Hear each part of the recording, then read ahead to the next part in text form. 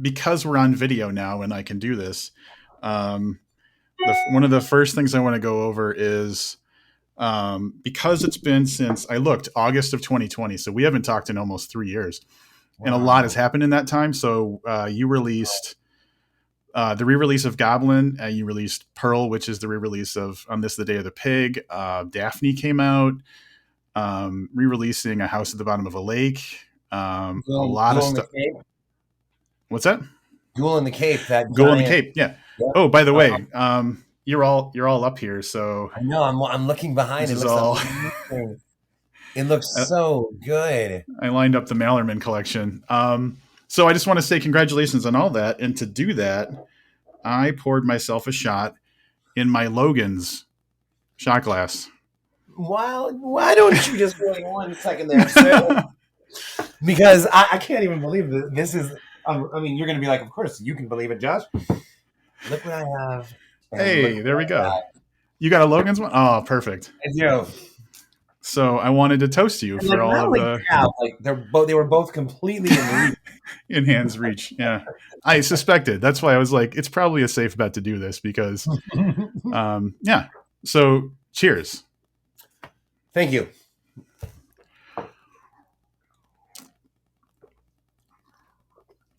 Oh yeah, I poured good stuff too. I feel like I'm on Yeah. hot one. Right. Well, I think that's the only. I have a beer I'll be drinking, but I think that's the rowdiest I'm going to get with that kind of Right. thing. We're not doing like increasingly strong alcohol Right. shots.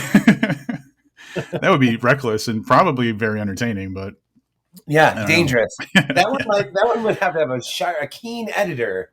Yeah. Yeah, exactly. um, hey man, it's good to see you. It's great to Yeah, see. I mean, obviously I've been following everything you've been up to, but kind of missed having chats with you. same. You know, for a long time, you were the very first response I heard to every book I was putting out. I think I'm looking because I have them in a row on my shelf up there. Bird Box, Black Man Wheel, Goblin, the limited edition, Unburied Carol, and This Day of the Pig and Inspection. I think that first, and maybe even House Bottom Lake, maybe, right? Yeah. Yeah, I Yeah. think House Bottom Lake. Yeah, yeah. And I remember Allison and I, we would go to this park by where we lived. I told you about this. We Right. would go to this Yep. park by where we lived, and we would play the podcast, and the two of you talking and everything, and it would be an incredible moment for me every time because it was literally the first reaction that I had heard. And I'm Yeah. not really one to I think wisely I'm not one to look through reviews on Goodreads, etc. Yeah. But I'll listen to like podcasts and stuff, you know. And so yeah, so it's very good to hear your voice right now and Yeah. capacity, and it's awesome. Yeah. Great. Great. Well, and so I was worried about the way this conversation would go a little bit because a lot of what I'm thinking about Spin a Black Yarn, it makes me think of the other stuff I've read over the years that we haven't talked about. So it's going to be, I'm going to make references. But so the first kind of thing about Spin a Black Yarn, it's a collection of five novellas. And even if it's not kind of explicitly intentional, I believe they all take place kind of in the same town, Sam Hatton, right? Yep. Yeah. I think, So not I think Half the House is Haunted is just outside in Chaps, but I can't remember if that's entirely right now, but I think that's the one that's outside, but it's right there. Yeah.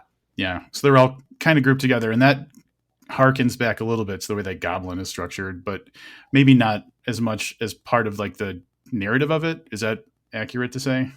I could not agree more. With Goblin, the city was the main character. And once I had that main character, I could write any story in Goblin and the main character would be present. Here it was different. I feel like Sam Hatton, like I need to be in a certain what's the right phrase? Like a colorful state of mind or something for Goblin. Goblin's a very colorful place, even though Yeah. it's raining all the time in it. But it's all these obsessives and Sam Hatton is like a colder, almost like a white canvas to play with. It's like it seems like the buildings are like white and gray, and it's this like more industrial than Goblin. And I don't know if tourists really go to Sam Hatton, maybe to see the cemetery in the center of town or whatever. Whereas Goblin, there's a million things to do. So there's a natural sort of cold wind that runs through Sam Hatton for me that was really, really fun to work with. I almost see Spin a Black Yarn, yeah, as that white canvas. Like maybe I was like using chalk or whatever, whereas Goblin is like an oil painting. Yeah. Oh, that's an interesting way to put it. Yeah. And it almost feels like Sam Hatton is less notoriously full of scary shit. Like Yeah, almost as except if like it's filling up. It's filling up fast though. well, that's what you know. What it's funny you say that because I was thinking to myself like this has more of a feeling of like every place has its bad moments, but there is like a uptick. Like the chart's going like this. It seems like for Sam Hatton. Yeah, the very first story I ever wrote that takes place in Sam Hatton was the Givens Censor Board, and I wrote it for Max Booth in Lost Signals. And Nice. real fast, it's like a newfangled like board that lets you know if you buried someone alive. Okay, and so this teenager's working the night shift, and they had just buried the town's only known serial killer, Randy Scott's. Ah, yep, And yep. while the teenager is in the little booth, Randy Scott's light starts going off. And it becomes like, what do you do if a dude like that, you find out? So then he calls the police. They're like, don't worry about it. And he calls the priest. Yeah. Don't worry about it. He calls you, and he realizes this was all intentional, you know? So by the way, that's the fate that befalls Randy Scott's. Um, but yeah, from there, real fast, a Ben Evans film, which is a guy that decides to make a movie starring his parents, but his parents die, and he refuses to give up, so he makes a movie starring his dead parents, and that also takes place in Sam Haddon, and then Daphne as well, Yeah. and Yeah. now Spin Black Cat. Yeah. So that thing about the burying alive thing reminds me of I can't remember what it was because I was a kid when I watched it, but there was something that I watched probably at too early of an age, but like the only thing I remember of it was these two people it was like a prison and there was like a deal where like Oh no, I know exactly where you're you know going. exactly what it is. Please go. Yeah, Well, yeah. so I'll tell you what I remember because it might be interesting to see how wrong I am. But like, there was some sort of deal where it's like the next person that gets buried, you get into the casket, and then I'll dig you out, and that's how you escape. And then and like once they are in the casket, all buried and everything, they light a match or something and realize it's the person that's supposed to dig them out. Yeah. Is that right? Yep, that's Yeah. exactly it. It ends with like lighting the match, and the guy that's supposed to dig him out is in the box with him. Yeah. Yeah, Yeah. I That's think. probably the most terrifying thing of my childhood Oh, was like, yeah, yeah, me too. holy shit. Yeah, me too, man. Yeah, I mean, I have. Ooh, yeah. I think that's a Hitchcock Presents. Okay. I think it is. Let's look it up after this, or Yeah. Yeah. yeah, we'll look it up after this. Because man, that's just like, because obviously as a child, it never occurred to me that like, but the permanency of it, like the inescapability of that horror just destroyed me. I was like terrified. It was so effective. It was so good. Oh, and like, God, I almost don't even want to talk about this shit, but also like for that to happen with someone else in there. Yeah. Oh, Yeah. I don't even know which Yep. one's worse. I don't even want to think about it. You just gotta like pray that the air runs out faster than Yeah, I guess slow. that's Or I don't right. know. Like, yeah. Maybe you But guys can like make out as the air runs out or something. At least there's something to do. um, yeah. So, woo, yeah. Little tangent there, but anytime like being buried alive is mentioned, that's the first thing I know. A lot of people probably go to like, I don't know what, Kill Bill or something, but like, holy crap, man, that one always creeps Yeah, up me in my too. mind. Uh-huh. And Poe also, I think about like it's just, ooh, yeah, yeah, yeah. Okay, yep. Yeah. So yeah, Sam Hatton, and I guess we could probably talk a little bit about one of the things I love about things that are loosely linked or thematically linked would be references to other stories, which there were definitely a few, kind of neatly dropped here and there, like I think it was Argyle where Daphne got mentioned really briefly. Like we were afraid of Daphne for a while, so that was pretty cool. and I'm sure there's references I didn't get, but like a reference to a cemetery, and obviously the was it Randy Gates or whatever? Randy What the Scott's, yeah. serial Randy Scott's. Sorry about that. Oh So yeah. yeah, and then even like wanting to go to a pig farm was came up at one point. Okay, So her, that's my favorite one, and I forgot about that. Like yeah, when I was doing the rewrite, and I remember Judy is talking about for listeners. This is in Doug and Judy buy the house washer, and these two are pieces of work. And Judy is talking about her friend that went the hippie route and this idealist and blah blah. And she's like, oh gosh, she was even talking about going up to Chowder to free this like pigs, this pen of pigs. And then she's like, as it, she made it sound like they were like talking to her, whatever she says. yep, She yep, said, we know that yep, golden hearted or not, the only reason that woman wanted to go to Chowder was because Pearl was telling her to come. yeah, Yeah, yeah. yeah. So good, man. So good. So yeah, I love that aspect of it too. Like that there's a familiarity between like the not as much as Goblin, where Goblin, like you said, is the main character, but like you you're referencing these other stories because there's almost no way they didn't have an impact on normal people in one way or another. Like, of course, it's something that people talk about because if it's a small town like this, what else are they going to talk about? Right. It has to exactly like it would almost be silly to like ignore the Daphne moment Yeah, or something. Like, yeah, how do I not bring this up? Yeah. right. Which, by the way, I'm sad that I didn't have something set up where we could talk about Daphne because holy shit, like I love Goblin, I love Pearl, all of this stuff, but I feel like Daphne just in some way was just extra amazing. I don't know what it was. It read great. It was just terrifying, and like the whole thing about anxiety and everything. So, I like can't say enough good stuff about Daphne. Uh, Thank you. I've been looking for a minute, like for a book, like anxiety as monster, and I wrote a Yeah. book. Mhm. I wrote a book called Pest. That essentially it's a guy that he's losing his lust for life, but he doesn't believe that's possible for him to do this. So he sets out to trap the entity that's doing this to him. Essentially, he's trying to like trap depression, right? Yeah. But Yeah. I don't suffer from depression, and I think that's fine to write about it anyway. But I do experience anxiety, and for a long time it's been like that whole 911 call that she makes. That's like verbatim what happened with me, verbatim. Wow. Wow. And like my mom was out. Well, my mom was in the book. Her mom's there, but in reality, my mom was out. My brother was asleep in the back room, and I called 911 on myself because I was like, I'm like losing my freaking mind. Or I told him I was like, I can do anything I want with my life, blah blah blah. And then just like her in the like this overwhelming thing, and so I hope that Daphne feels a bit more like earnest in that way, a little more like there's no whereas Ghoul in the Cape and Unburied Carolite there was a lot of pride in terms of like how it was written. Mhm. With Daphne, the sense was like, how honest can this be?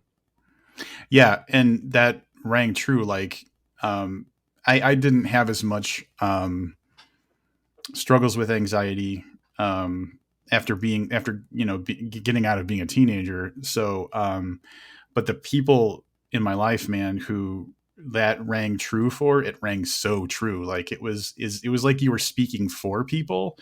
The way that I saw reactions to the book, and I was like, wow, this is a pretty magical thing going on. Yeah. Wow. Yeah. Yeah. Yeah. I don't think I'm done with that subject. I don't know what that means, but I think I'm done with that subject yet. Yeah. Good. Well, I mean, yeah, it was an excellent story too. Like, Thank you so holy much. shit, and very cinematic. Like, I was like, I'm seeing this on a movie screen in my mind as it was going on. So, Awesome.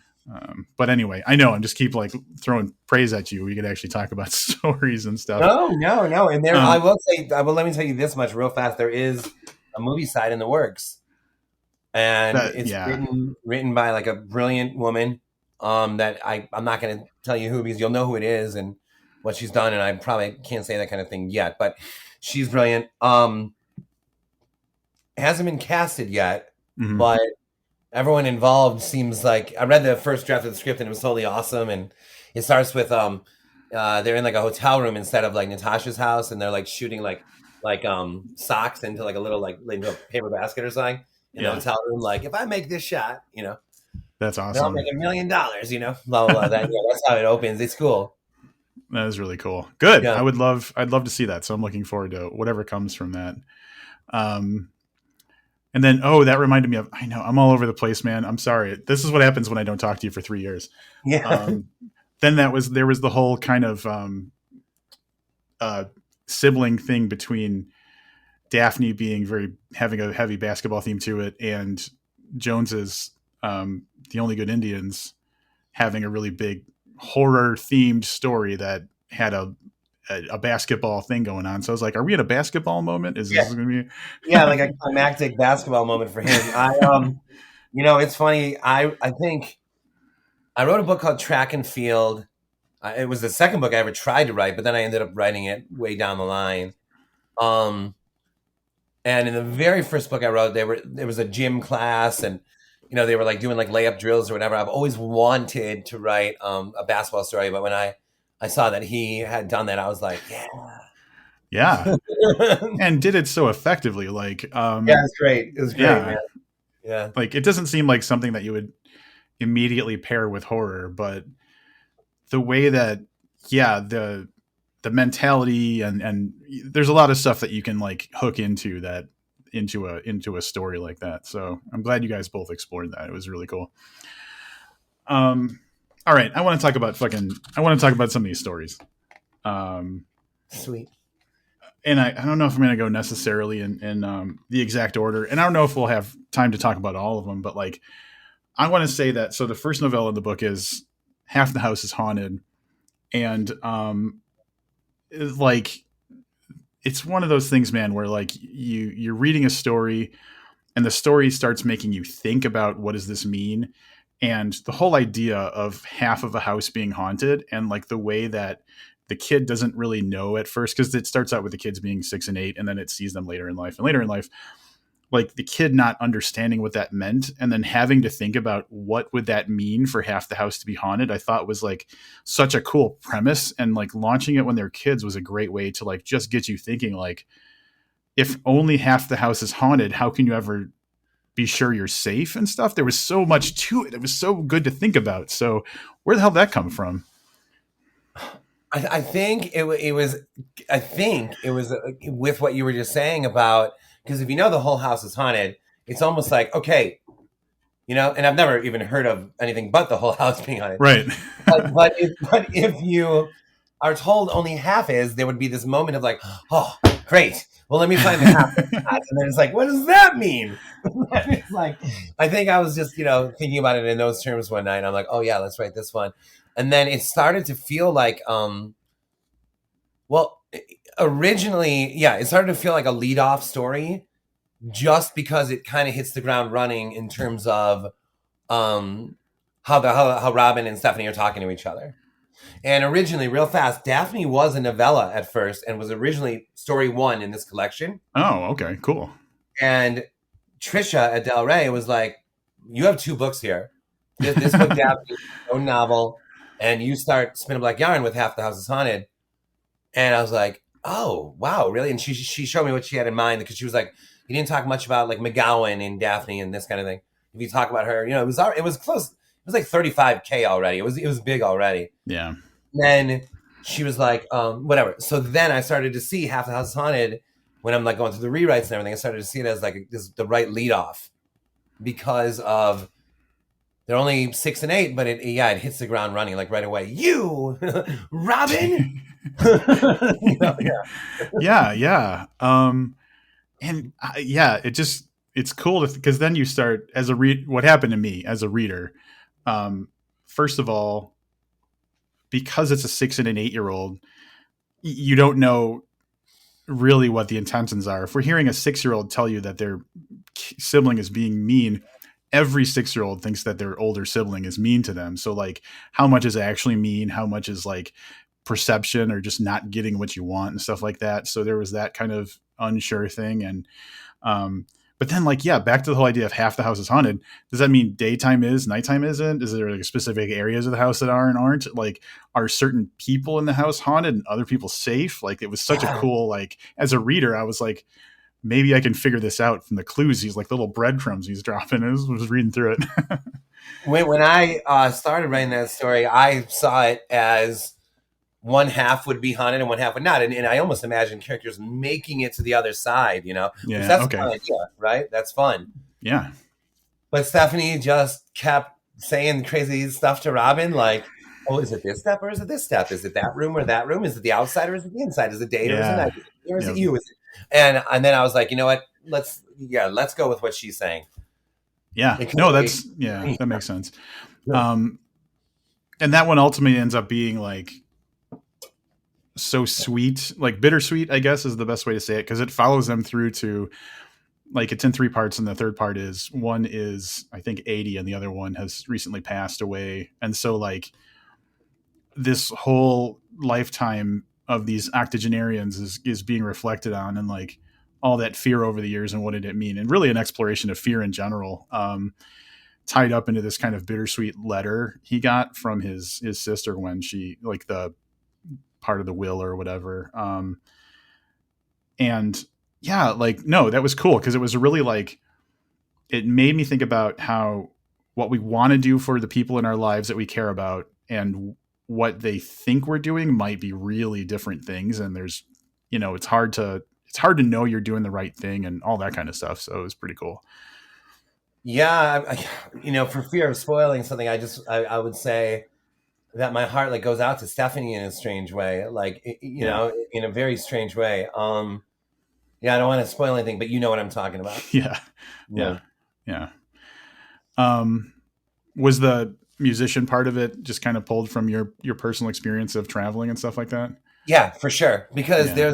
there were times where I would return home.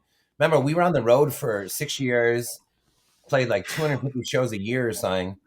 And when you came home, it kind of felt like you'd been like not just moved some, like you've been away. Yeah. And when you come back and like in this case, his sister's still in the house, it's almost like unfathomable. It's almost like jarring Yeah. that like mom still lives here and Ryan still works. My brother Ryan still works here, which actually he ended up changing a million times. But like that kind of thing, like suddenly you're like, it's almost jarring in a sense, like how the world has changed so much since I've been here last. And I wanted that element for Robin. I wanted him to come back, and there was something just like immediately striking about the fact that, gosh, she still lives in this house. Right. This house that she told him 10,000 times was half haunted. Right. It's like, why doesn't she just leave then? Yeah. Right. Um, I don't know. The traveling thing made me think of, I can't remember where, but I was listening to Billie Eilish in an interview, and like her being a superstar at such a young age and going out on tour and all that kind of stuff, like saying in the interview, like, that she couldn't have friends, or like when she had her friends when she left to go on the road were not her friends when she got back, because like, how do you maintain those relationships when you're gone for so long and stuff? That was like something that never occurred to me, but holy shit, that's got to be really difficult to deal with. Yeah, it was a strange feeling. You started to feel like not just like outside the law, you started to feel like outside the laws of nature. Like you started to feel outside of family, outside of friends, outside of locations, outside of stability, but obviously, you know, you're playing your songs in a different city every night and you're getting paid in pizza and booze. And I mean, it was incredible. But yeah, there was some hollowness there too in that way. Yeah, for Yeah. sure. And then from that story almost maybe feels like Robin, that was the escape from the fear or whatever. Yeah, right. Because you could look at it two ways, right? You could be one is no, it was just naturally he got into music and hit the road, but you get a sense like he was like, yeah, I'm gonna get out of this town for a while. And that's the thing in hauntings, that's like always like when I'm watching or reading a haunting thing, and it seems like the obvious choice is you just get away from this thing, right? And there's something in the story that always keeps you there to suffer. And so like seeing that side of it maybe represented in a way was kind of neat too. It's like there was unfinished business, even though like ostensibly the dude got away. So the book that I have coming next year, Incidents Around the House, not to throw another book into the mix, Incidents Around the House is like an examination of that exact thing. Like, why don't you just get out? Yeah. And Cool. I won't say any more right now, but that is literally like a main pillar of that book. Yeah. And I love, we talked several times about how there's kind of a moment in horror, and that's been, growing since like I think 2018 or so was the first time we talked about this. But I feel like one of the things that like horror kind of becoming a bigger thing and getting more, consuming more audience and everything, is that like there are questions that probably didn't get asked for a long time that now like I feel like are opening up, and you're seeing more people break down why the fuck is this like this in horror stories, and like making Yeah. that more focal. So I'm glad to hear that we're in a time where those types of things can thrive. Yeah. I hadn't thought of it like that. And I totally agree. I totally agree. I wish I could have other examples close to mind, but like, yeah, I feel like some of the real, like, first of all, I feel like there's just a diversity in the stories that are being published, and I'm being very careful to say in the stories that are being published, because I don't think horror just suddenly got very good or very diverse. It's probably been written for a long time. It's just what do we get in front of our eyes or whatever. But uh, I lost my train of thought. But anyway, Well, um, in terms of like coming at the stories from different angles, or coming at yeah, from, yeah, yeah, or like, like you said, like this has been this way forever. Why aren't they just like, why is the story like that? And there are certain things that you would just kind of like accept, and I don't even necessarily mean bad things, but like things like plot moves that you would just sort of accept. And I can't really think of it right yeah, now, but we will both later for sure. yeah. I And know. and where you're just like, oh yeah, now they do this, and then now you're like, well, hold on, like, do they Yeah. have to do this? I mean, Well, yeah, and I think the genre begs a lot of suspension of disbelief in general. So like right. we just kind of, we know we have to accept something, but at some point a Josh Malerman comes around and it's like, why do we accept that? Like, and then you break it apart. So I like that. Well, it's one of my favorite things is to find a scenario, and I think Bird Box is like this too. Like find a scenario that's big scenario, but we're like on a very like a magnifying glass up to one small part of it. Like Bird Box could read as like a Twilight Zone episode, like the monsters are doing Maple Street or something. And Yeah. meanwhile it's a global event, Yeah. but it doesn't Yep. feel like that. It doesn't feel like World War Z or something. It doesn't feel like The Stand. It feels like Right. a Matheson small story. And it's one of my favorite things to do is to zoom in that way that we're talking about right now. Yeah. No, that's great. And that makes me think of another thing that comes up a lot in conversation lately with especially with authors, is the idea that like the more specific you are, the more universal it feels. Like, if you're too general about the thing you're writing about, sometimes people have a hard time connecting. But if you're very, very specific, somehow people feel like they can identify with it, which seems kind of backwards. But I find that to be true. Like, if you're telling me about, oh man, I had a crappy experience at the grocery store, I don't have a lot to connect to. But if you tell me like, oh, you know what, I dropped a head of lettuce and then I picked it up, but then I bumped my head, and like you go in a lot of detail, Yeah, I yeah. feel the moment that I had that was like that, and I'm like, I know exactly where you are. So I think there's a bit of that kind of I wonder how much too. of that. I wonder how much of that is like social media and stuff. Or because think about it, there was a point in time where all we knew of an author was like a little bio, maybe one interview, a Yeah, photo,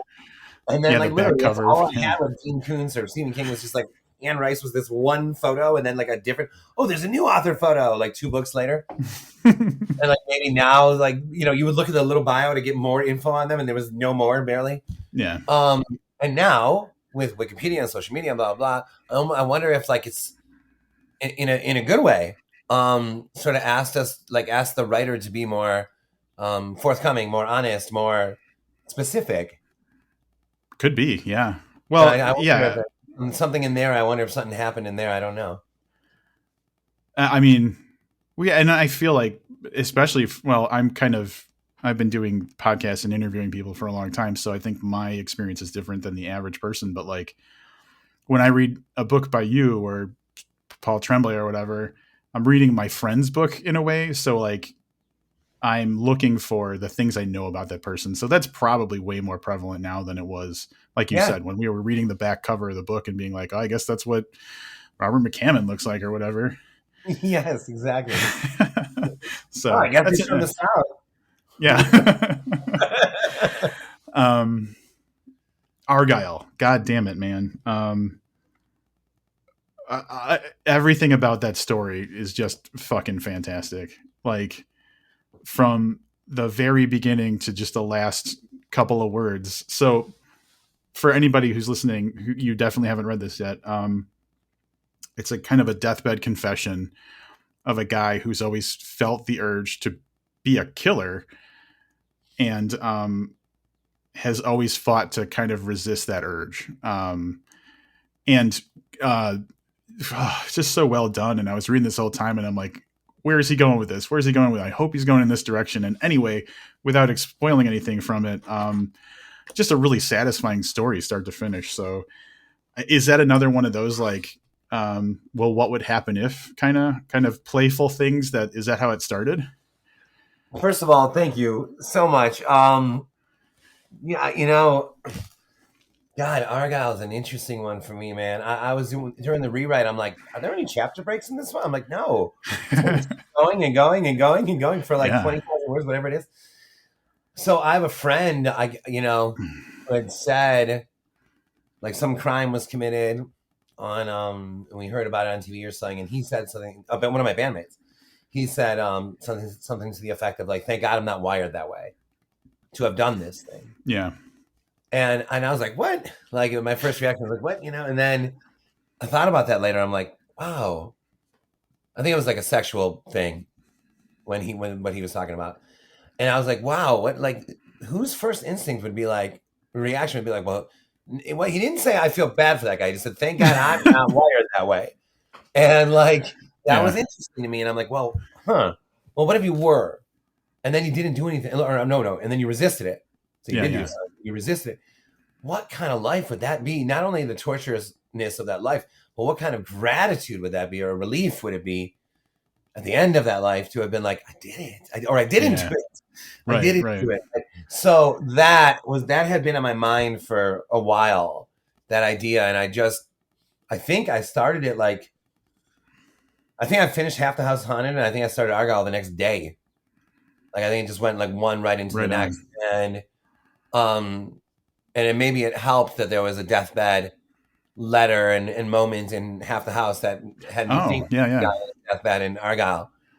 And so yeah, that one came out super fluid. I was obviously the Randy Scott stuff sort of at some point, just I hadn't planned on doing that, and then I was like, oh shit, there was a Yeah. killer in this town not long ago, and maybe they crossed paths, and that added a bunch in terms of, what it is for me when it starts to become is that when you're at that age of like self-discovery, and then here this guy is discovering something really weird, and then cross paths with a like-minded guy, and that guy is really weird, Yeah. and it's like, oh no, like where am I? Who am I? Am I really going to do this? And the sister that has been like keeping tabs on the whole thing, and the voice of reason friend Argyle, Yeah. and all of that together felt like a coming of age thing to me, even though it doesn't. I wouldn't necessarily classify that story as coming of age, but there are those couple Yeah. beats of like I know the feeling he was having, but in my own way, and you in your way. Yeah. Yeah. No, there could be an argument that there's a coming of age element to it. Yeah. Because it is someone who's discovering what they are and struggling with what that means and all. Yeah. It's in there for sure. Yeah. Yeah. Um, I think that one of the things that really worked for me about this story was that it was all hypothetical, like the way, because it was a guy who was so feeble that he couldn't, you know, get out of, he could barely sit up in the bed, much less hurt anybody. But you saw what he was capable of thinking of doing and talking about really the urges and everything and controlling them or trying to. The whole like hypothetical aspect of it was just like, oh man, now this guy's in my imagination and like anything could happen. And so that was a cool aspect of it, was he was so incapable of doing anything while talking that kind of made anything possible in a way, if that makes sense. Oh, absolutely. And I think that like it almost makes you think like, so if this guy didn't do it, like there's got to be someone like that out there, right? Right. And like, what didn't he do? Like Yeah, how many yeah, people are, having dinner with their family because this guy managed to overcome an urge on that night? Like, that's yeah. really kind of fucked up. I know, and it really is, and it's like you and I don't want to do that, but we're good men. But what kind of good man is this that wanted to do that but didn't? Like, Yeah. what level is that of? I mean, that's like battling an identity and an internal war that I don't think that I can fully fathom. Yeah. Yeah. And then it's like, it puts it on you. Like, if someone had said to you, "Hey, my whole life I've wanted to be this awful person and I've managed to not be it," do you congratulate them? Is that something Right. that's worthy of, Well, like, then it recognition? comes back to my friend Jason saying, "Thank God I'm not wired that way." Because Yeah. in this case, and I understand a killer can be created. I get it, but let's just say, for the sake of this, that like someone like Sean is just born that way, right? Wired that way, Hmm. and like in this case, yeah, there is a congratulations in order. If, by the way, listeners, if he actually did resist the whole time. Right. Um, but yeah, there is like a congratulations in order because it's like you were wired this way and knew there was enough right or wrong ticker inside you, whatever it was, to say, like to end up on the side of right. Yes, I would say that that is. Whereas, your friend that just wanted to, I don't know, like do like dumb shit or terrible shit, like no, he doesn't deserve a congratulations if he didn't Yeah. do his terrible idea. Right. Well, and then I think it poses an interesting question, because if there are like two different scenarios, if this person always has urges and never indulges, probably we can congratulate that person. But if this person has always had urges, did something bad one time, and then after that stopped the urges, that's a much harder Oh, scenario. that You know what I'm saying? yes. Like, so what's the threshold for like good person Right, versus, because if you yeah, want like, to be kind of silly, right? If you wanted to kill 6 times, or if you wanted to kill 60 times, yeah, you only did it once. right. You And only that, did so, it once. which reminds me of, because then you're a killer. Like, if you're never a killer and you've always wanted to kill but you don't, that's one thing. But if you just killed the one time, so the TV show Justified, there's a quote that I always remember because I thought it was really good. He's talking to someone who's like, "Oh, I've been good," and he said something along the lines of like, "That's the thing about criminals; they're always trying to get me to congratulate them for not doing shit that they shouldn't have done in the first place." Yeah. Yep.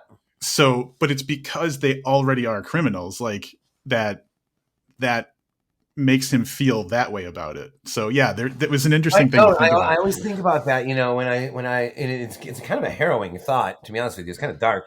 But when I see something on the news, like, and the neighbor's like, "We had no idea," and then I think to myself, like, this guy or this girl wasn't a killer until they did it like yesterday or whatever, and now they are. And it's a real Yep. harrowing thought to have. Yeah. Like they like up to yesterday, they weren't someone that would do this because Yep. they hadn't done it. Like there are a few things like that. Like Allison isn't, or sorry, Allison is the type of person to like parachute out of an airplane. She hasn't done that, but she is the kind of person that would. Right. I am not. This is this is this is different. When you're talking about something like this extreme, either you have done it or you have not. You cannot say you're the kind of person to do it, but you haven't. That's not Right. no right. So to see someone like cross the, like I can't help but have this horrible, harrowing thought when I see that in the news that person crossed over last night. Yep. They crossed over that Yeah. line last night. Yeah. Yeah. Yeah. So this was I think of all the ones that in the book, I feel like this one was the most satisfying to just think about, because it's like a really fun what if. Like, it sounds terrible because it's like we're talking about someone who wants to kill people, and calling it a fun what if sounds a little bit weird, but here we are. but yeah, that was the one where it's like, oh man, it's an impossible, not an impossible, but a tricky question to answer. Like, do we think this person's, does he get a high five? Yeah. um, and then his sister ends up popping up later on, really briefly, right? So she pops up Yeah. in. There are two scenes in Spin a Black Yarn, the whole book, that I think on the not the gross out meter, but whatever that the extreme meter is like. She's got one, and Igorov has one. Mm-hmm. That really Yeah. sort of leave out like I could see like my family members being like, "Hey, what hold on." That dinner for one scene. I'm like, can we talk? Can we not ever talk about that again?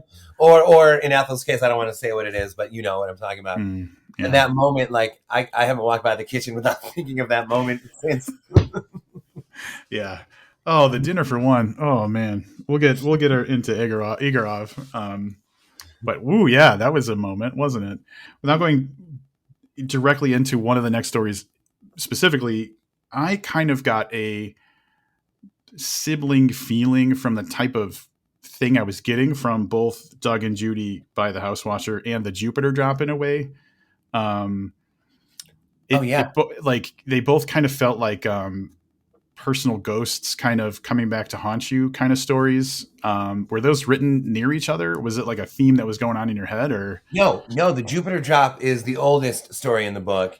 Okay. And Doug and Judy is one of the newer ones also. But what's it called? Trisha, again, she was the one that I think she ordered. She was the one that said it should go House Washer, Jupiter drop this. And I was like, that seems odd to have the two like more sci-fi ones together, you know? But in a strange way, it kind of, think about it, it goes from, I guess you would have started with Igorov if you're doing total chronological, but start with the kids are 6 and 8, so that's the past, up to the present, then Sean in the present, then Doug and Judy's got to be like the present, but if anything's a year or two further along, it's Doug and Judy, and then the Jupiter drop, which is much further along, and then Igorov's like the distant past. Then I started to see the arc that she had made with her order, and I was like, oh, that's sweet. So right on. not written near each other, but definitely coming from the same part, you know, same part of the writer, same part of the mind. And Trish is the one that put them side by side. Gotcha. Yeah, I think thematically they work well next to each other. So Doug and Judy by the House Washer, this incredibly rich. I think it starts out by saying like that they're assholes. I think that's the first line in this story is. Yeah. So you already know what you feel about these people. They buy this thing that basically like this company installs a house-wide system that cleans everything in the house perfectly, but it's a liquid that fills up the house and they have to stand in this tube, which is a perfect setting for you can't go anywhere and you're stuck dealing with whatever is put in front of you. So in this specific case, the way that the system works, and there's definitely like a hinting that there might be a sinister element to this thing. Yeah, no doubt. No doubt. Yeah, that's the most creep show story in the But like, yeah, your like dirty secrets are kind of basically floating past you. Yeah. And like you have nothing to do but deal with it. So that was really cool. But to see it through the eyes of these two just, I don't want to say broken people, but just they're not human in a way. They're so ambitious and ugly. God, it's so ugly. Like how they always talk about. I think they call it the rise. Is that what they call it? Yeah, the rise with a capital R. Right, with a capital R. So like when she's like, when he's like, or she's like, you slept with this woman, and he's like, Judy, that was on the rise, meaning anything was allowed on the rise, dude. Like, and that's part of the plan. Yeah. And then her on the way back, Doug, that was on the rise, and it's like, you know, and it's like he has to accept that because he speaks that language, and I don't know what language they're talking, but you know, I do sense a kernel of humanity in Judy. I think there's even though like she does probably the most heinous thing in this story. If you remember, put it this way, she had a reason to screw people over. I mean, not a reason, but they were in her way on the ladder. But then there's some incident that she talks about that person wasn't in the way, man. And so Yeah, so there's still something about Judy though, even though she did the most heinous thing that I sense like she could have freaking gone a different way and she didn't. Whereas Doug, I don't think Doug was going any other way. Yeah, and that's I think the story with the word the rise, it obviously was talking about being the most wealthy and successful people, being at the pinnacle of, what the idea of like capitalist success is.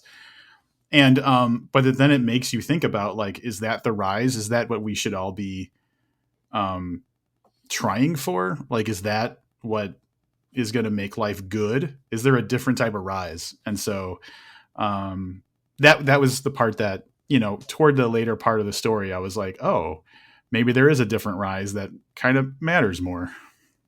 Yeah, Yeah. Allison and I had just moved into like the first house that I had ever like rented on my own, but I mean I was renting with her. Um I just real fast. I was living in an apartment, met Allison. 3 months later, I got a book deal, and about the time Bird Box comes out, now I'm renting a house with Allison, Hmm. and we're walking around the house, and I mean there was God, it was like 2,800 square feet or something. I mean, it was huge, like to us. It was so. I mean, that's a big house either way. And I was just like, I was just walking around saying, "Oh my god, oh my god, oh my god." And then like, yeah, I don't even know how spectacular the place was or not. I never lived somewhere like that. Right. And I said to Allison on something to the effect of like, "Man, imagine cleaning this place." And then I was standing with her, and I was like, "Oh, come here, come here. Well, what if you and I are like." We're like standing in this like tube, like this tube comes up around us, and the whole house fills with this solution, and all of our stuff is like cleaned around us, and we're like standing like in the living room, you know. And then I was thinking, oh God, and then imagine if like all the terrible deeds that got us to the great house Oh, yeah, are yeah. swirling around us, and like all the terrible shit we did, and we're like stuck, like staring at it, you know, losing our minds. So for a long time, I would say to Allison, like, I gotta write the house washer. Remember the house washer? And she's like, oh yeah, you gotta write that one. And then I think I think the house washer was written after Argyle. So Yeah.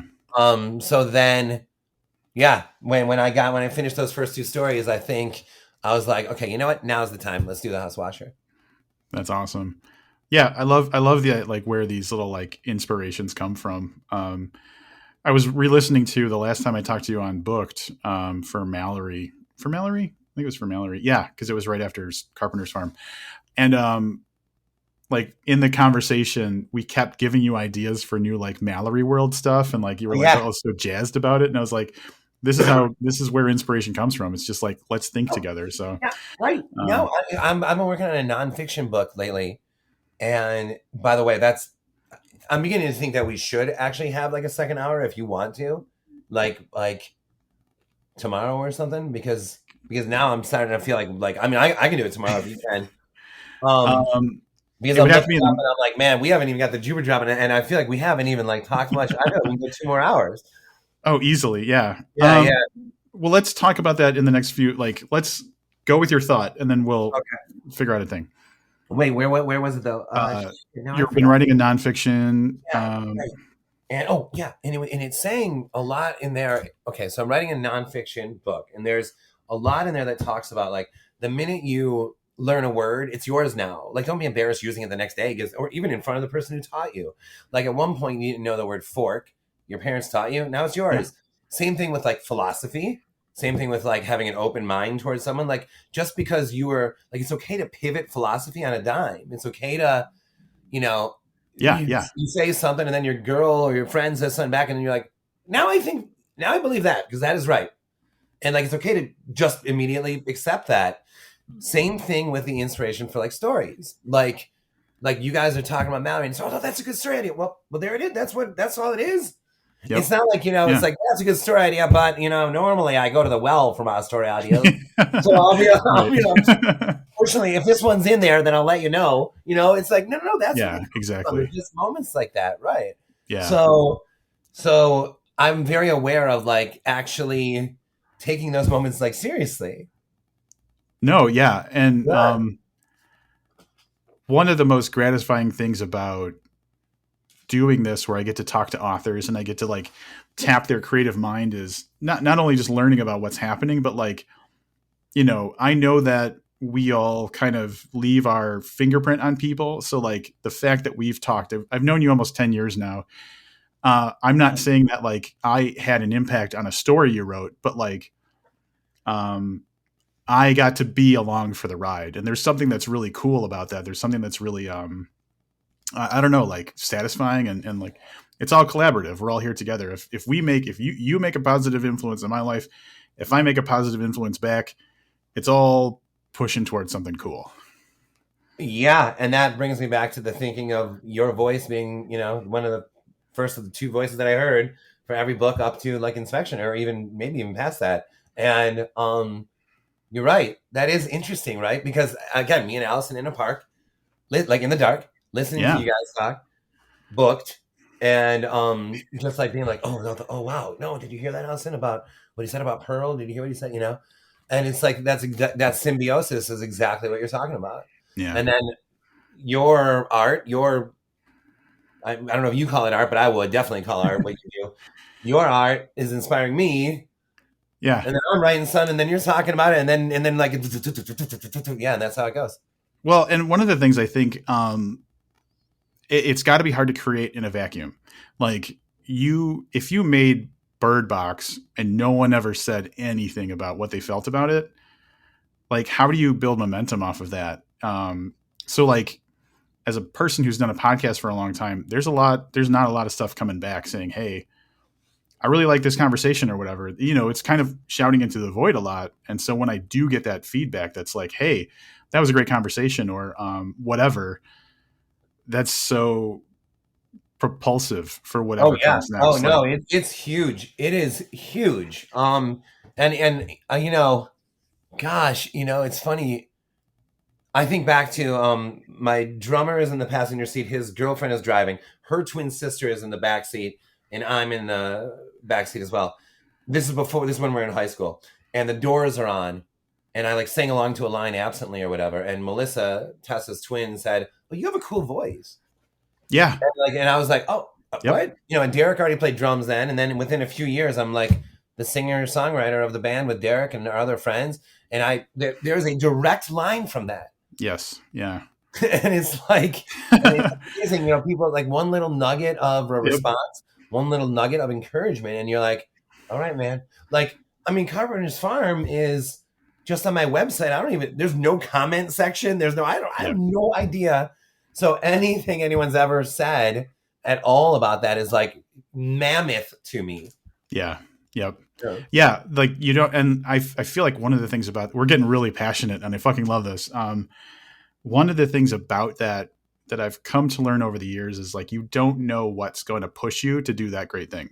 So like you didn't know that you needed someone to say you have a cool voice or whatever to maybe push you in a direction, but once that happened, then things happen afterwards. So like you're not it's not like you do A then B then C and then success. It's like something is going to nudge you the right way and Yep. then there Like it I is. think that I would imagine that a common like misconception from like a reader or something would be that all authors, and maybe some do, have the whole like career or whatever like planned out, or every step planned out or something, Right. right?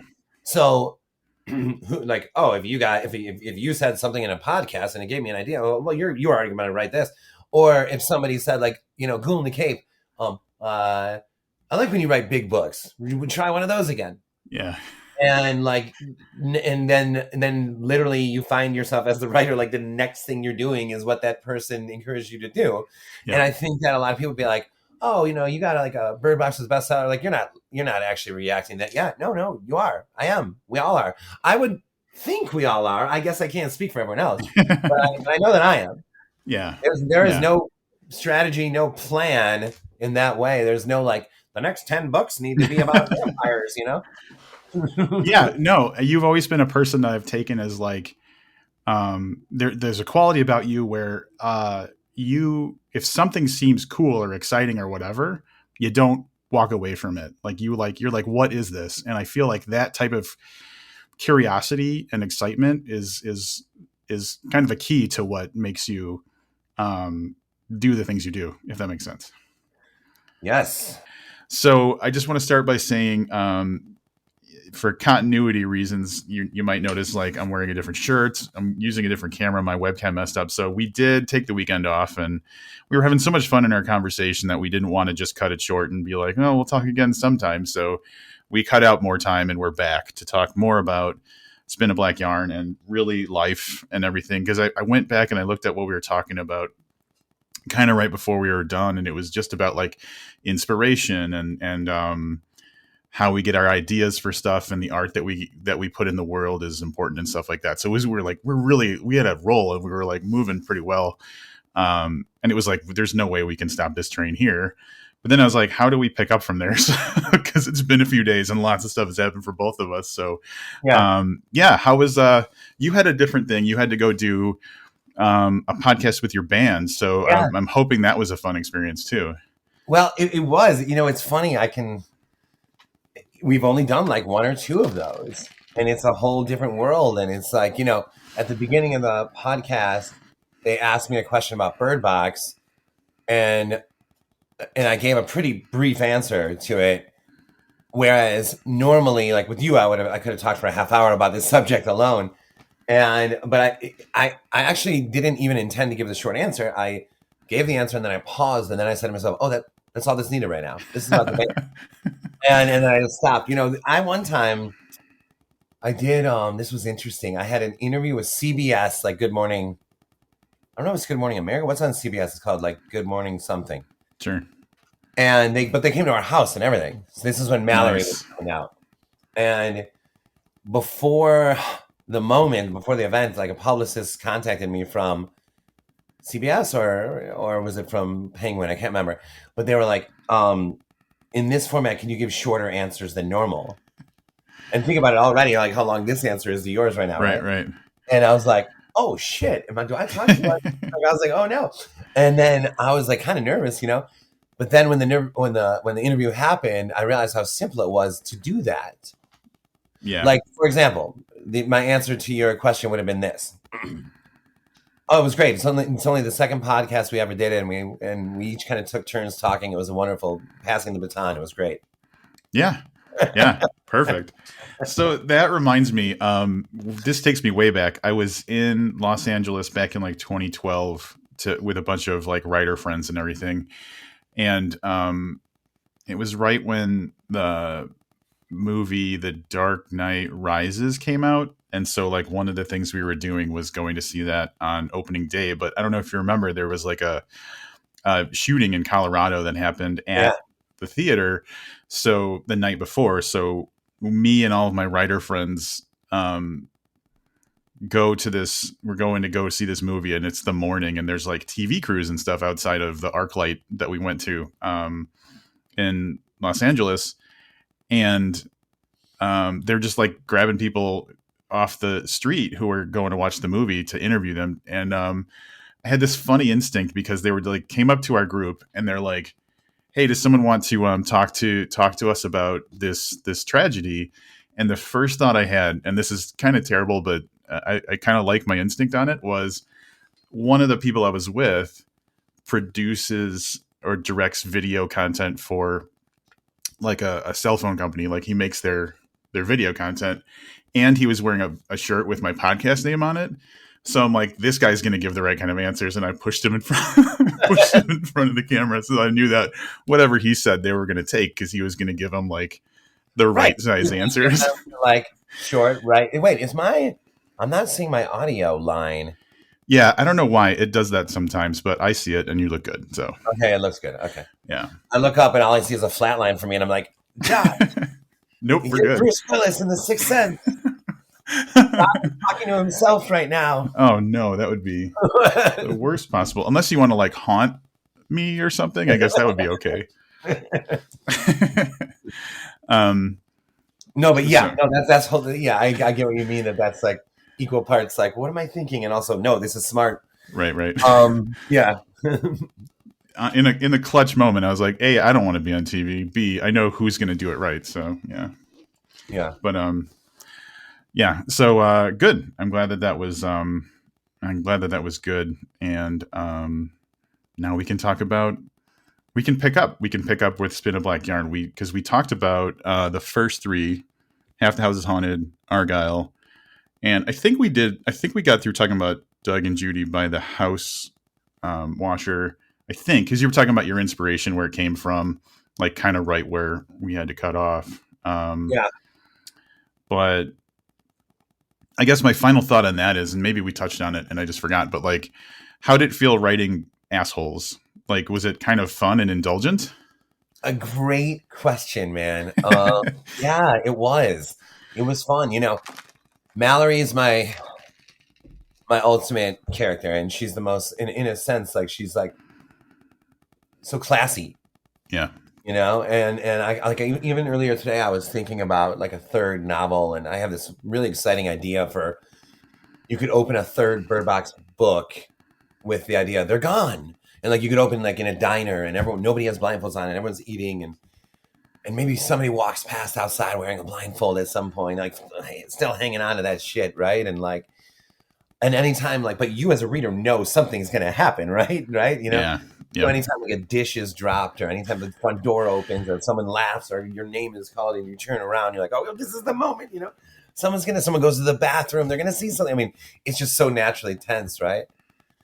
And so I was imagining in there, like, oh, maybe this time, like, Mallory will meet like a guy or something. And then I was like, no, no, Yeah. no, no, no. Like as if I'm like her brother or her dad. I'm like, no, no, no, no, no. There will be no amorous relations for Mallory. Are you kidding me? And then there's another time. It's like, dude, you can't give her that. You can't just like let her have some fun in this world. Like everything has Yeah. to be so staunch. Okay, so to write Doug and Judy, oh, was it liberating? Yeah. It was like they could say anything.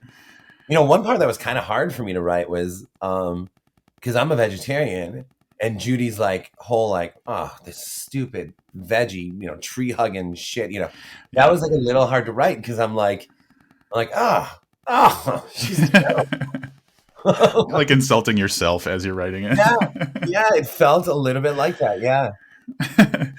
um, There's also something like, maybe it's because like I'm in my 40s now or something, but there's something like almost like bizarrely innocent about them to me too, in that like they just don't know what actually matters. right.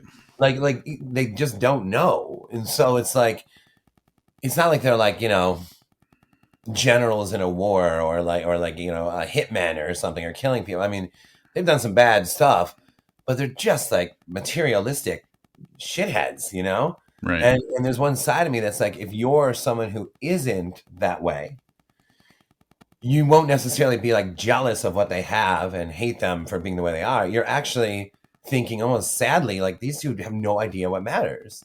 Right. You pity them. Yeah. You pity them. And in the end, I sort of end up feeling bad for them. And I don't want to give any spoiler when I say that. I just mean feel bad for them in general. Like, what remember that section? I can't remember it exactly. Something about his shoes. He had like some terrible, like beat up shoes he was wearing for years. Yep. And those and she's like, you kept those gross shoes? And well, why did he? And there's like a sense there of like, oh, maybe he held on to those because they actually meant something to him. Right. Like, yeah. Yeah. Like they had the hints literally floating around them of like what matters in life, and they're just not getting it. Yes. Yeah. Exactly. Yeah. Yeah.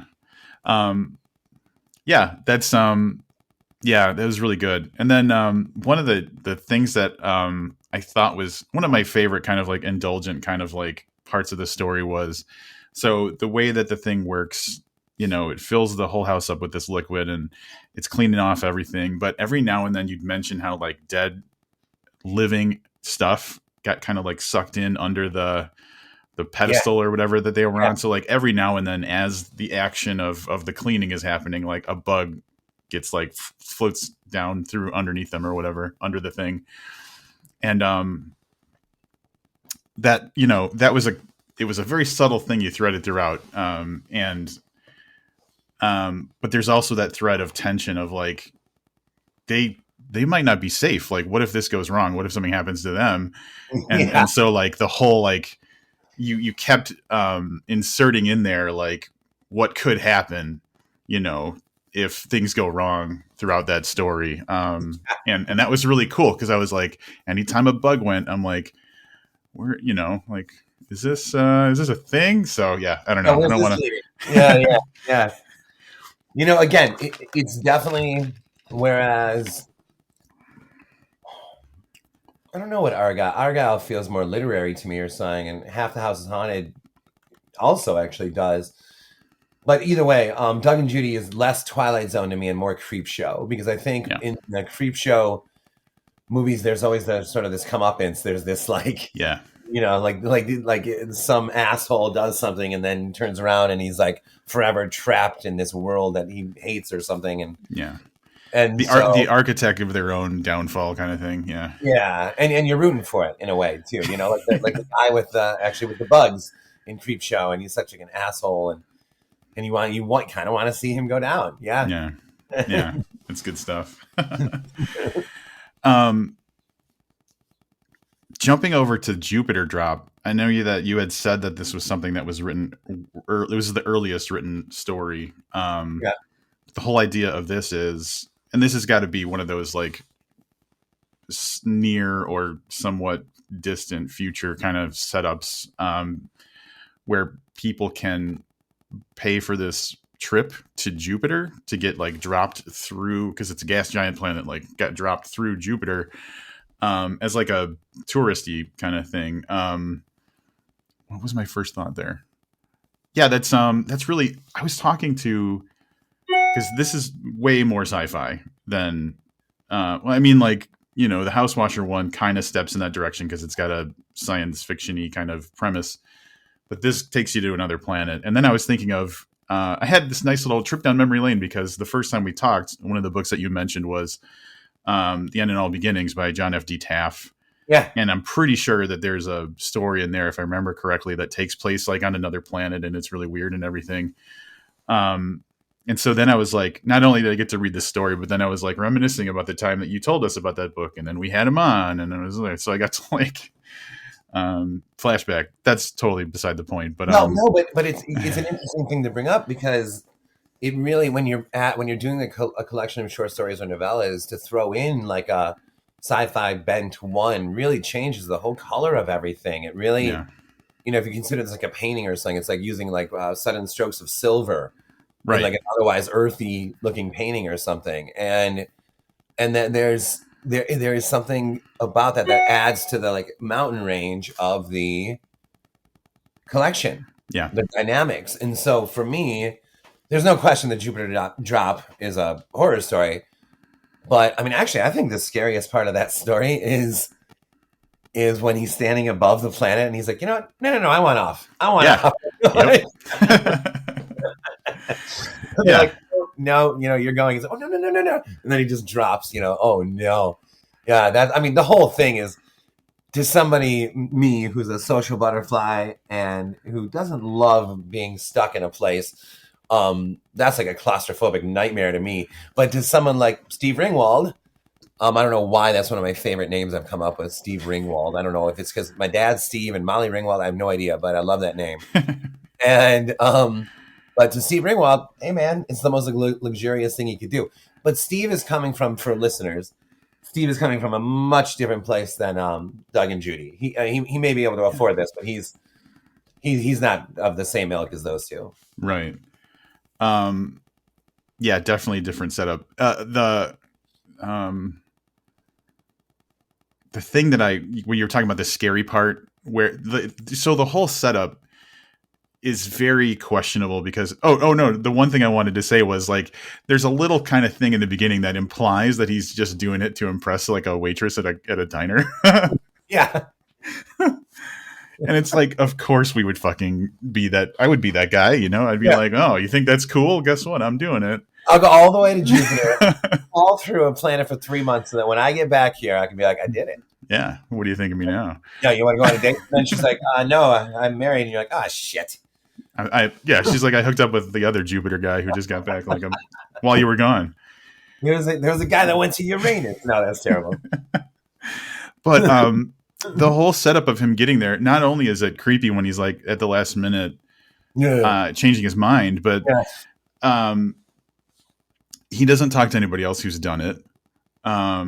They're not really forthcoming with the process of, like, once he like signs the thing and is on his way, they're like, we're done with you. You're on your trip now. It's not like we're prepping you or anything. It's so he goes in really unprepared because I think we all do the thing of like, we're getting a sales pitch and they explain all the important stuff to you and nobody pays attention. Like, so he's not maybe allowing himself to be as prepared as possible. So all of that means when he gets there and it's time to, there's no turning back. He's like, what the fuck did I do? And that's the first time that he really kind of decided, oh, maybe it's important to know what this is all about.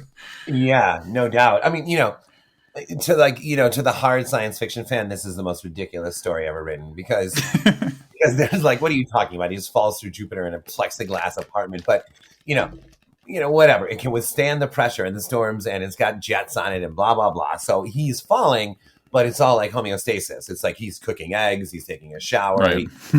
as this thing's like dropping through Jupiter. So it's more bizarrely, it's more like a scenic route. And the most like, by the way, can you imagine how freaking awesome that would be? Yeah. Just for like 5 minutes. But then he also gets what do you call it? Like fake people? What do you call that?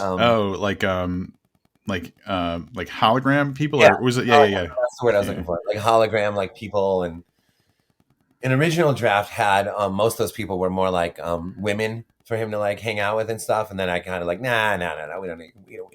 This trip doesn't need to be all about that. Right. But I do imagine if it was myself, I'd be like, well, let's see here. Is there any ladies or any holographic ladies I would like invite my like friends to play cards with and stuff. Right. Yeah. The Zoom meeting to Jupiter while you're falling through a planet. Oh my God. Of. Yeah. I will say this, and I don't mind spoiling this, is that because to me this is a major part of that story.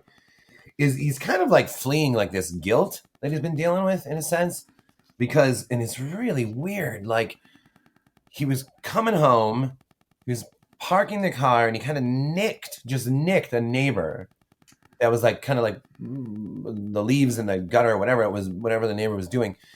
And it was long enough for the neighbor to sort of turn around. He just barely got hit, turns around and looks at Steve, but then he kind of falls from the hit, hits his head on a tree and dies. Yeah.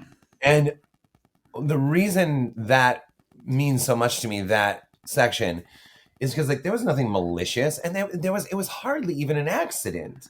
Right. It was like the tiniest, like the worst, tiniest little combination of chance things. So now compare that to what he's doing. Like how many little chance things could go wrong falling through Jupiter? Right. And here he is, like it's almost like he's trying to face the ultimate in like intentional danger, because he's had to live with this like totally unintentional, like almost absurd catastrophe. Yeah. And then like, I'm assuming no coincidence that guy fell, and so this guy decides that he's going to do this drop through a planet, as if not like he's necessarily, but it kind of feels like if I could take his place, I would. Yeah, exactly. Like, this is my way of exploring how that feels. It's almost like he's asking for it. It's almost like the Jupiter drop is a magnification of this tiny little freaking thing that went horribly wrong. Yep. Tiniest thing in the world. I mean, just kind of like nudged a guy, and the guy freaking falls and dies. And it's like, no, right? And so, again, that's not a spoiler. That comes pretty early in the story. Right. But there is that sense the whole time of that Steve is trying to either face something, get away from something, or as you just pointed out, almost bring it upon himself too. Mm-hmm. Yeah. Not necessarily as like atonement or whatever, but just like that feeling of, that if that were something that happened to you or me, we would be like, why wasn't it me? Why, like that kind of a thing. So. Oh yeah, man, I can't even. You know what? I will say it's so chance or so bizarre that I may be able to get over it because of that or something. I mean, it's so obviously unintentional. So, yep. So I mean, that it's like, it's almost like at some point in that scenario, how could you beat yourself up forever? You'd almost have to be like, whatever this was, I don't know. Let's move on. We have to, because this is insane. Yeah. Yeah, for sure. One of the things between this and Doug and Judy. I know my mind's all over the place today, because there was one thing in the story that got repeated, and I love things that get repeated in stories. Like, and these are novellas, so they're smaller, but like and this is kind of more suited for that kind of thing, but they kept saying if you think you see something living, you're mistaken, or something along Yeah. those There's lines. no life on Jupiter. If you think you see life on Jupiter, you are mistaken. And the thing that's great about that is you're overtly saying without saying someone else thought they saw something out there. Yeah. And it's saying Steve's going to see something out there. Yeah. Yeah. Yeah. I mean, can you imagine that? You're falling through Jupiter. You have these violent purple storms and like just weather we can't even like, you mean, you know how they talk about Montana as big sky country? Just imagine this. Right. And then you see something out there flying, living Yeah. out there in those storms, like, oh my God, while you're alone with a hologram of your mom. Yeah. So that promised something. And Doug and Judy didn't do the same thing, but while they're in their tube and the house washing is happening and things are floating around being cleaned and it's, whatever, there's a similar thing where they think they see people in the thing. And it's just something creepy about the vulnerability of the situation because you're locked in a tube and you can't go anywhere. You're stuck in a glass apartment in the middle of floating through a planet and you can't do anything. If something approaches you, like total vulnerability. So Oh that yeah. really plays really well in those stories. Yeah. You know what it almost starts to feel like the way you're describing it is a shark cage. Yeah. Like, Oh, being yeah. lowered into the ocean while like fucking great whiter sun is coming towards Yep. you from the darkness. It's like, oh my, I am in a cage, but oh my, no, I would never fucking do that in a million years. Never. And out, see, Allison would. I think when we talked today, she would be like, that sounds amazing. Like, how else am I going to see a shark? She follows a woman on Instagram that swims with sharks and like pets them and stuff. And I'm like, no, no, no, no, no, no, no, no, no, no, no, no, no. Anyway, so it's interesting though. Think about this. Stephanie confined to the house. Sean confined to the deathbed. You could even argue his family confined to his deathbed. Doug and Judy confined to the tube. Yep. And Steve confined to the falling apartment in the Jupiter drop. Yeah. It's interesting. Like you could almost, go ahead. There's a theme in the next one too. That ties into that too. So I think they all kind of have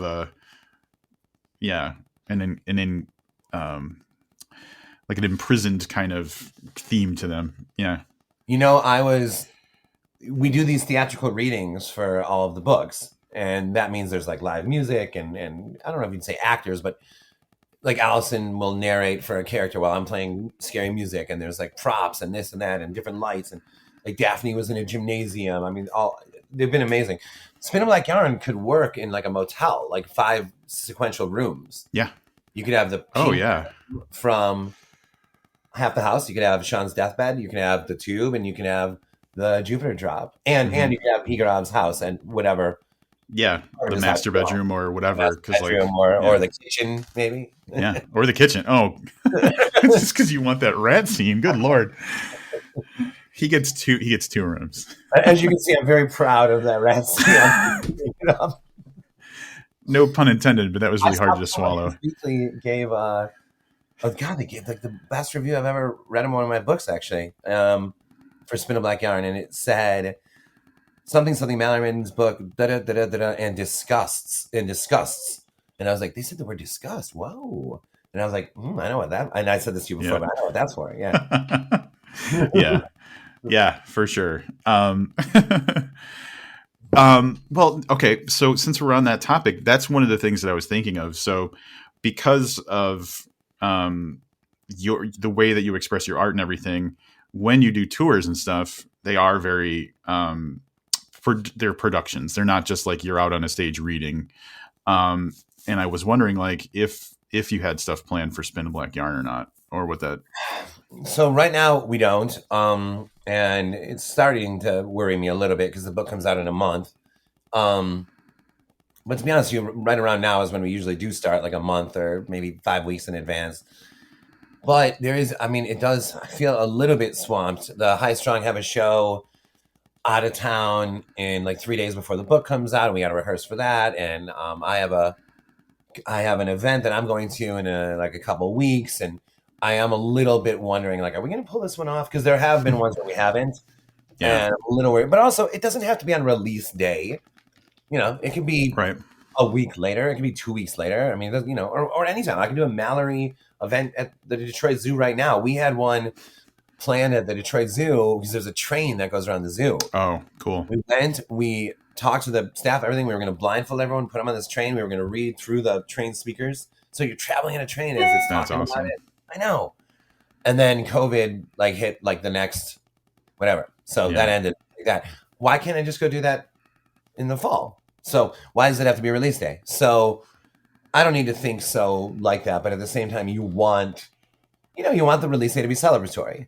Right. So we don't know exactly what we're doing. There is this one venue that Allison played in a duo she plays with, which this amazing guitarist Sean Blackman, and it was like a house, like a mansion, like in Detroit that had a bunch of rooms, and there's like a bar and a venue in the basement.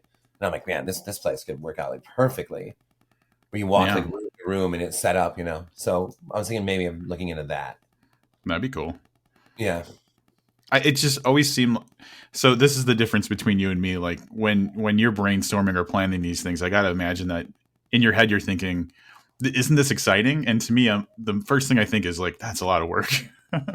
No doubt. But here's the thing: in the troupe, Wowtown, we call ourselves Wowtown. Cindy is like an incredible organizer and event planner, so she's on board.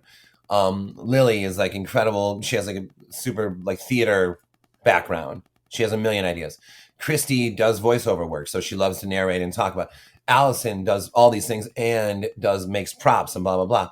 So in a way, think of it more like I would be like the director of a movie. Okay. I'm not doing all those separate things, but I'm like kind of the engine behind it and overseeing it, I guess. Yeah, that seems a lot more palatable. Right. For sure.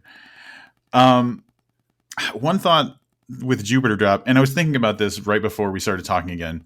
Sometimes when I'm really excited to read something, I just I push myself to keep reading, and I kind of let my retention drop a little bit, which kind of sucks because then I'm like, oh, I don't. But like that, I'm super guilty of that with Stephen Graham Jones's books, where I'm like, I just want to consume as much as I can, and then I'm like, what was that character's name? So like it kind of drops a little bit, but toward the end of the story, and I don't think this is spoiling anything, but there's like a kind of a tree, like an unexpected kind of tree setup. Was there any kind of extra significance to it being a tree, or was that just the setting that we had? From the neighbor falling. Oh, okay. There Right. it is. Yeah, yeah, Right. yeah. From the Okay. neighbor falling and hitting, just barely clipping his head on like the Yep. tree. Yeah. Okay. Perfect. Yeah, I knew there was something there, and I was just too immersed in. No, taking it I know in. exactly what you're talking about. It's funny because I'll make like a conscious decision of whether or not to go back or not. Yep. Like I'll be like, shit, I kind of missed something here, And I'll do that with movies too. And then I'm like, no, it's okay. You're just experiencing it. All right, you freaking don't remember what you just read for a page. Just keep going. Yep. It's okay, Or other times I'll be like, no, I need to know, and I'll go back. Yeah. Yeah. Yeah. I think that the more excited I am about the thing, the more likely prone I am to like not be as careful. Yeah, I know what you mean. When reading, yeah. So it's a compliment. If I don't remember everything perfectly, it's a compliment that I was enjoying the story. Yeah. Yeah. That, just as a last note, maybe on the Jupiter Drop from me, I guess, was it was fun to write a sci-fi story, like a sci-fi-esque story. I don't have very many of those in me. It's not where I'm coming from. I often think the difference between sci-fi and horror is that sci-fi will be like, the sun died, and it'll explain what that means and what happened, how long it took the end of the light to reach us, and what happened to the planet when that light did stop reaching us and everything. And then in horror, all I got to write is the world went dark. Yeah. And there's something so liberating to me about that. I'm like, nah, shit, man. The world went dark. There's no more light. Let's roll. I love it. Yeah. But then you get to write about how it made us feel, So yeah. that's the horror of it. One little pocket scenario that experienced this. Like, oh, that is an interesting idea. like to write a horror story at the moment of the last of the light, the sunlight, the last of it comes through. Yeah. Maybe there's something like a wedding or something set up for that or something. That's a fun idea. That actually, yeah, that is good. Like, but and I don't think that a lot of people. So I'm not going to step into critiquing science fiction because I don't read any of it at all. So I can't say what the motivation of sci-fi is. But I just think of like the person who I enjoy a lot, who had a lot of fun with sci-fi stuff in a making fun of humanity way. Obviously, is Douglas Adams, and so like the restaurant at the end of the universe is a whole thing where like they built this tourist attraction around like the moment that the universe ends, but it's like a funny thing. So yeah, I think there's potential there to explore things like that, but Yeah. maybe not as Douglas Adamsy about it. Yeah, but I know what you mean. And again, it's just, dude, it's just fun to stretch in any way. I'm working on a nonfiction book now, and I'm discovering this is very interesting. That there's no plot. I guess you could argue there's characters, but there's really no plot. There's a small arc. It's the course of one night, and but it's striking me that this rewrite is going to be more intense than most. Why? Because it is nonfiction, and because like the philosophical takes on the process and the genre and whatever. I want to make sure I say exactly what I mean. And you can argue, don't you want that in a novel? Well, yes, but it's not as personal when Smoke says something in Unbury Carol as it is me talking about writing, right? So I'm reaching probably the quarter or the third mark ish soon, and it strikes me like this rewrite's going to be intense, man.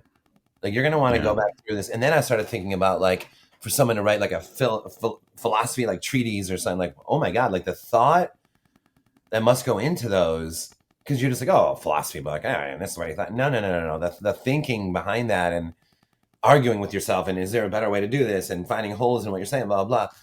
This rewrite might be intense, whatever. So anyway, all that to say, it's fun to stretch, and the Jupiter drop was a stretch. Yeah. No, yeah. You talking about writing nonfiction, the first thought that came to my head was, once it's out there, that's what you said. And so like you have to like take that seriously. But then I immediately thought of, I can't remember where, but I heard Malcolm Gladwell on a podcast at some point talking about, you know, being a writer and stuff. And I think one of the things he said, and I can't remember the exact conversation, was something about like, of course I disagree with stuff I wrote in the past. Like, yeah, I'm a totally different person now. And like, you know, my thoughts evolve over time. So, you know, there's okay. There's a whole section in there, chapter 2 so far. It's called Pivots on a Dime. And what it's about is, I'll just, in a nutshell, when I meet Allison and I said to her something like, Paul McCartney, man, he still sounds good. His voice still sounds good. And then she's like, why shouldn't it? And I'm like, well, I mean, you know, he's like 70 years old, you know. Yeah. And then she's like, yeah, but like, why wouldn't? And remember, Allison's like a singer and all this. And she's like, but shouldn't an artist get better as they age? And I'm like, she said a few things after that. And I was like, I made a conscious decision. It was so right what she was saying, that rather than try to come up with like a rebuke or try to like come up with my own what I meant or something, I just on a dime I switched and agreed with her. On a dime. That's awesome. On a dime. I was like, not only that, I started pointing out artists to her who got better as they aged and stuff like that. And so I think that it is okay to pivot immediately with your philosophy of these things. And like you say, Malcolm Gladwell says, you know, of course I don't agree about that. Like that, that's kind of the fun too about writing a nonfiction book, is it's something you talk about, and then maybe you write like an opposite, you know, years later. Yeah. Or maybe not that long later, you write like the opposite take on it all. You're like, you know what, that was all idealistic bullshit. No. Well, that's like a tattoo though. Like I've always had the idea that like you can't have a regrettable tattoo, because the tattoo that, unless it's like hate, you know, obviously like if it's like, hate, aside from that, because that's who you were then. And so, if you have a tattoo now that doesn't mean the same thing as it did then, it still shows you who you were. So like, there's always something positive about it, even if it's not kind of where you are. For example, I have a tattoo on my leg, and it's this cartoon turtle sitting at a desk typing at a typewriter, sitting on a pile of books, and like all that kind of stuff. And like Hunter Thompson's initials are on the side of one of the books, and I was really into reading Hunter Thompson at the time, and so it was like, that's going on the tattoo. I mean, not really super enthusiastic about Hunter Thompson one way or the other anymore, but there's nothing wrong with that tattoo because like that was where I was Yeah. on my journey to get where I am now. So, You know, when I was 19, I was thinking about getting a Doors tattoo because I love that band on my arm. And yeah, then for years, I would cite that as like, oh my God, I'm so glad I did not get that Doors tattoo on my arm. And now I'm whenever someone comes over, I'm playing that I have live special edition vinyl of theirs. And I'm like, there's a side of me that's like, kind of wish I had that Doors tattoo. yeah, yeah. It's also like a full circle to these things. Yeah. So no, yeah, I think that writing can be the same thing though. Like what you put down, that's who you are. It was part of what you needed to be to get to where you are now, I think. So I think, and that was just me. My reaction to you saying you're writing this is like, oh man, the permanence of putting your words out there. But again, it's just part of, we are evolving people constantly. So I almost want, hold on, let me see something. I just want to read like the very first opinion I see here. Okay. Okay, right. We have time, right? mm-hmm. Okay.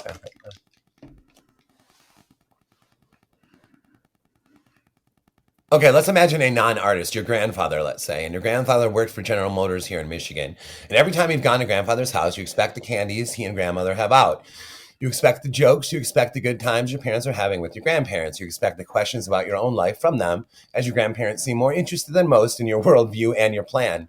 Then one night, maybe you're a teenager now, it's brought up that grandfather wrote a book. Wow, you'd think. You're just discovering books yourself in a real way. You're just starting to wonder if you might try your hand at one yourself. You're even considering telling him about this feeling you have about books when, this feeling you have when you read, when you write, the call of the storyteller, the call of the page. How different do you look at grandfather now that you know he wrote a book? How much more color does this add to your already colorful idea of him? Do you think he's smarter now, cooler? Does it almost frighten you, thinking how could you have not known? Does it imply doors and hallways and everyone you meet, unseen corridors, even in those you call family, even those you love? And now imagine you learn he just wrote it, just finished it the day before you and your parents arrived for Thanksgiving. Grandpa's been writing a book and he finished it? What would this tell you about him, and how would you describe your grandfather for the decades to follow? As a man who worked for General Motors, or as a man who wrote a book? I imagine there wouldn't be a close friend of yours who didn't know the name of your grandfather's book. There is no age to an artist, no right time to begin, no right time to stop. Beautiful. Yeah, that's what I wrote this morning. Yeah. That's awesome. And then, like, to me, the whole book is loaded with stuff like that. To me, it's like, yeah, I'm fine with that tattoo. Yeah. Yeah, exactly. That's it. That's totally it. Yeah. Yeah. And that there's so much of like my philosophy about things that's kind of in that. And one of the things I really like about you is that, you've always seemed to not, uh, what's the best way to say this? You're not a person that allows himself to be hindered by the way things should be, I guess, if that makes sense. Like if you're excited about a thing and you think you want to try it, you seem like the type of person that's just going to go for it instead of being like, well, you know what, I'm too old for that kind of thing, like that type of thing. And I think that encouraging that, and some people don't even realize that, you can just do stuff. No, I know that in this whole book, that's literally what this whole book is so far. And it's like, because to me, let's take grandfather. Grandfather writes a book. Well, he's every bit the author that I am now. Yeah. He wrote a novel, man. If my mom writes a novel, I mean, yeah, and talk about pivots on a dime. Like I'll immediately see her as an author for forever. I mean, it's like it's like an immediate change. And if you don't make a movie, direct a movie till you're 60, does that mean you're less of a director than someone who started at 20 or made one at 20 and never made one again? I mean, what's the difference? Yeah. Right. So it seems really counterproductive, obviously, to close any doors like that. But it's also there's also some like identity in that it's okay to stretch. It's Yeah. okay to reinvent. It's okay to once you do a thing, you are. Once you do, you are. Hmm. I think it's nice though also to have the community that encourages. So a personal thing that I did recently that, this isn't like a life-changing situation or anything, but I was hanging out with I've been hanging out and talking a lot with Becky Spratford lately, Oh, cool. the librarian, because she's Yeah. one of the most incredible people ever. And she's like, you should join the Horror Writers Association. And I was like, I'm not a writer. She's like, Oh yeah, no, but you definitely should. she's like, yeah, there's non-writer stuff. And I was like, oh, and then in my mind immediately I was like, like you don't belong in that kind of thing. And then I was like, why not? If Becky Spratford says you should do this, she sees that I belong there. She sees that I would benefit from that, and so I did. So now I'm a member of the Horror Writers Yeah. Association. Awesome. And but I never would have even thought about it without her saying, "Hey, do this thing." So I think having the community that encourages and pushes you is very important too. It's incredible. And I think we talked about this last time. I'm not sure about my drummer's girlfriend's twin sister. Yes, Yeah. you should Um, sing. Yeah, yeah, just the littlest freaking nudge, man. It does. We're not talking about like an intervention. We're not talking about like a whole bunch of people saying like you can do it. It's like one little thing, and you're like, oh yeah, and you just didn't see that. You just didn't consider that was for you. yep. But then the minute it is, it is. The minute you see it, it is. And that's the same with writing a novel. That's the same with making an album. That's the same with all these things. It's awesome that we came back to the thing that we kind of ended the first hour on. That we're back in that kind of like good feels and everything. I'm glad. I was like, we might have a whole different vibe this time, but we found our way back. So that something that you're doing just because like it's a thing in you that you got to get out, or is this something that's planned?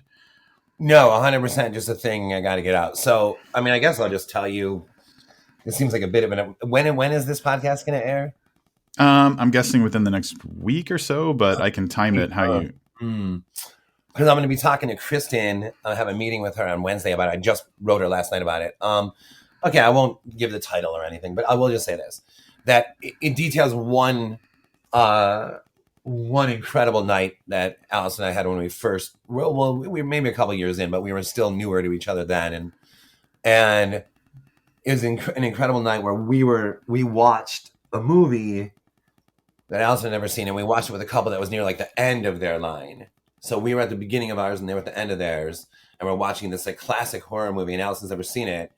And at first I go into it thinking I'm showing her, but I realized from her reaction that she's actually kind of showing me this movie, and to be us two like so high on love, and these two over here like so not, and at the end of their line with this like, and I'm thinking about writing and genre and art and love and the end of love and life and family because it's a family member of hers, all this stuff. It was such a profound cauldron of like big ideas and themes that the next day I was like, you got to write about last night, man. That has to be like a book in and of itself.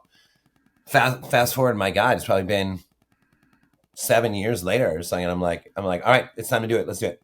That's awesome. So I'm writing about that night, and it's really like a leaping off point, when somebody says, "Oh, I can never do something like that." I mean, you could talk for 30 pages about why they can. Yeah. So that's really what it is. So that kind of anchors into bigger thoughts that are kind of like life things for you, that kind of thing. Yep. It's somewhat present tense, so it'll be like,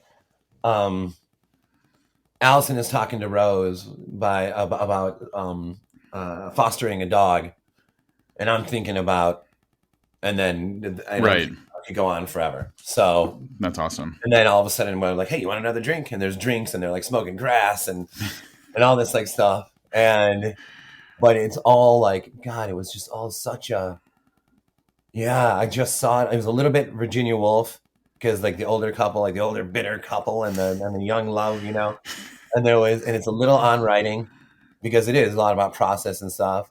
And it's a little Vonnegut, I think, even because it's kind of funny and ridiculous, autobiographical. And then it's even like a little you ever read Zen in the Art of Motorcycle Maintenance? Oh yeah, Oh, yeah. what a gem, right? What a fucking gem. And I read that when I was probably like 16 or something. Like I was Wow. young because I had older friends when I was in high school. Like when I was a freshman in high school, all my friends were seniors. And so like for a good chunk of time, I was like 3 or 4 years fast forwarded in like the things I was being exposed to. So yeah, that was like a real formative kind of thing for me. And there's that whole like obsession he has with what is quality, and it kind of derails his whole life, really. Yeah.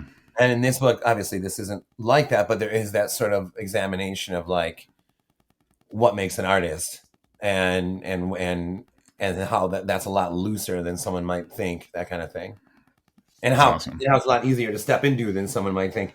So it's definitely inspirational. It's definitely, I guess, self helpish if you want to throw it that way. But it's also just the detailing of one wild, awesome night. That's awesome.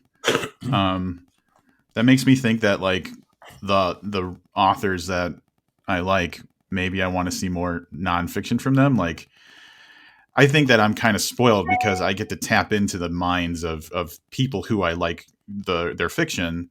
But not a lot of people do, but there's a lot of good stuff there. So yeah, Yeah. yeah, Oh yeah. No, it'd be very interesting to read like anybody in the scene right now. Any name that comes to mind, like to read like I don't know their story of how they got into it or whatever. This isn't quite that, but I guess in the end it might be that as a whole. But think of it more as rather than a singular issue, right? Think of it as like the kind of like the podcast we're having right now, where it's okay to go on tangents and talk about things, right, and then things come up again, and then other subjects come up, and then so spin a black yarn is our spine right now, yep. but we're going all over the place, and we keep returning there, and themes come up. Same exact thing with this night. Watching that movie is the spine, but a million things along the way. That's yeah, that's what I love about reading people's fiction in general. And I'm prefacing a lot lately that sometimes people write stuff just for entertainment and they're not looking to have a lesson or a theme or anything. They're just like, let's have this fucking crazy story. Oh yeah. And I love that. And there's absolutely a need for that. But I love when what you've written or what I've read or whatever taps into a thing that we're feeling. Like you were talking earlier about the idea of that, third Bird Box novel having to do with they're gone. And I'm the guy that still wears a mask in like public buildings because I had cancer. And so like my immune system is not as robust as maybe it should be. So I'm the guy that's still like that would be not necessarily wearing a mask, but who would be more afraid, would be more diligent. So when you even just said that little thing in my mind, I'm like, I know exactly what that feeling is. I feel it all the time. Oh yeah. Wow. That is wow, we haven't even talked about all of that, by the way. Yeah, I guess. Yeah, I did have a little bit of cancer. Well, Yeah, since the lovely, last. lovely to see how you're doing, and lovely to be talking to you. And I followed, as you know, I followed the whole thing online, and Yeah, and more, and just yeah, okay, wow.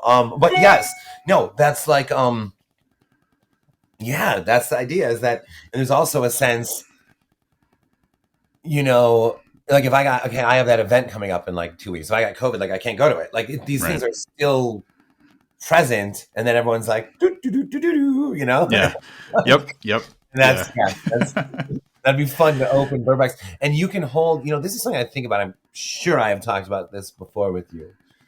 Is that, especially in this day and age, when you go on like to watch a movie and it's in the horror section, right? So what that means though is because that your audience knows something is coming, you can wait on bringing it on stage. yeah, There's almost like the character, like horror itself is a character.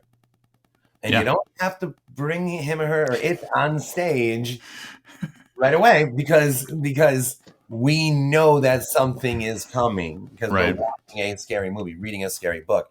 So you could that Bird Box idea. I mean, gosh, you can maintain that for a while. Yeah, Yeah, yeah, and then like it could be layered with like other types of terror that are different than what you've talked about before, like the exactly. scare. Yeah, yeah, And absolutely. just when you've got everyone worried enough about the other kind of thing, something Boom. something, something bad, all shit hits the fan. Yeah, so I want to make sure we talk about Igorov, and then there's other stuff too, because like obviously you're writing this nonfiction book. There's a documentary that we want to talk about too. But to round off Spin a Black Yarn, in my head, the way that I describe this final, and it's the biggest story in the book. It's like a third of the book, I believe, right? Mm-hmm. Is like kind of a reverse engineered Telltale Heart. Oh yeah, I know. I can see that for sure. That and like Dickens. There's some of that to this. Um, Igorov is absolutely my baby in the collection. I think likely someone's favorite story will be a different one, but everything in Igorov is intentional. And what I mean by that is there are clunky sentences, even the opening sentence. There are sudden like pages of philosophical like whimsy, Mm-hmm. usually by that guy Misha. There are scenes that don't have to be there. Yeah. And in the course of the rewrite, so Igorov was originally like 10,000 more words or something like that, and or maybe 15. And I essentially Trojan horsed a novel into this collection because it's one of my it's the first novel I wrote in this house, the first house I ever bought in my life, and I loved the story. I love the concept. For listeners, the concept is and this old bad man kills one of triplets, but he doesn't know that they're triplets. So the two surviving brothers, they stage like a faux haunting, pretending to be the ghost of their brother to drive this old murderer mad. And that idea alone for me was like, oh man, we got to get this one down. And sticking with Sam Haddon, it takes place about like 19, I don't even like early 1900s, Little Russia, Sam Haddon. So before it's the city we know it is from the rest of the book. And again, I'm just a huge fan of Brothers Karamazov, of Gogol, of Tolstoy, of these like, but also of like the Russian translation or the English translation from Russian, where there always seems like there's something a little clunky there. There's something a little Yeah. scare there. There's these giant philosophical passages for no reason. Sometimes scenes where you're like, did we have to have that? You know, but it all sort of adds up to this overall feeling. And so that was my original intention with from the word go was that I'm going to try to write a book that feels like it was translated from Russian. So after Trisha read everything, I told her that, and she was like, "Oh God, I'm glad you told me that." And then the writer Ross Jeffrey said to me, he read the book in its like earlier stages, and he was like, "Maybe you should just put a qualifier at the top of the story saying this was translated, because that will help people understand like what you're doing here." And so I did, and it turns out it was translated by Sean from Argyle, Sean's sister Ethel. Yep. So again, we were talking earlier about stretching and elasticity and this and that. So you could argue that this was Igorov as an experiment or experimental. And yeah, it is, and it was, and blah blah blah. And I just loved as like a writer, I loved the like it would be like, you know, as a filmmaker making your surrealist painting or your surrealist film or just whatever. I had given myself these guidelines. So in the rewrite, there were moments where I'm like, oh, you gotta get rid of that. So this scene doesn't have to be here at all. They visited the house 10 times already. No, leave it. I want it to almost like I wanted it to feel in like intentional, a stab at a work of art more than just like a story. And I wanted like all those things in Igorov. So the result of that is, you know, I don't read any Goodreads or whatever, but I can hear when I talk to the audio guy, he was like, "Ooh, this one," because I can do Igorov, I can read it, and he's like, I don't think so actually. I think you need like a pro to read this one, and I was like, okay, I can see what you mean, and he sent me all these like awesome options, these men with like real like voices, you know, the Yeah. brothers stood across the grave of their third slain, and you know, blah blah blah. And I'm like, yeah, you're right. That is better than me like whipping through it or something. So long introduction, but yeah, Igorov to me is really special in that way. Doesn't mean that it's the best story. Doesn't mean it's the best thing I've ever done. Doesn't mean it's going to be your favorite listener. But man, is that one special to me. That's actually good to hear. When thinking back to it has a very, it's got a feel to it. And I'm trying to think of the best way to describe it, but it does, like, intentional now is just definitely like it's fitting. And I'm trying to grasp at specific instances, but even the way that his cane is described, like the old man's cane is described, and it's always just called why is the word Swarovski. Swarovski? Yeah, so like it's just always called, like, it's not called his cane, it's the Swarovski, and like so yeah, it just feels like, and then like all the cultural bits of it just feel like, instead of an outsider describing something to someone, it feels like, of course, this is the way we do it. This is the way everybody does things. So it does feel like it's very lived in culture, as opposed to someone making an outside observation about it. So Yeah, if yeah, that's yeah. what you were going for, I feel Yes, like you nailed that. yes, 100%. Rather than like once in Little Russia, Right.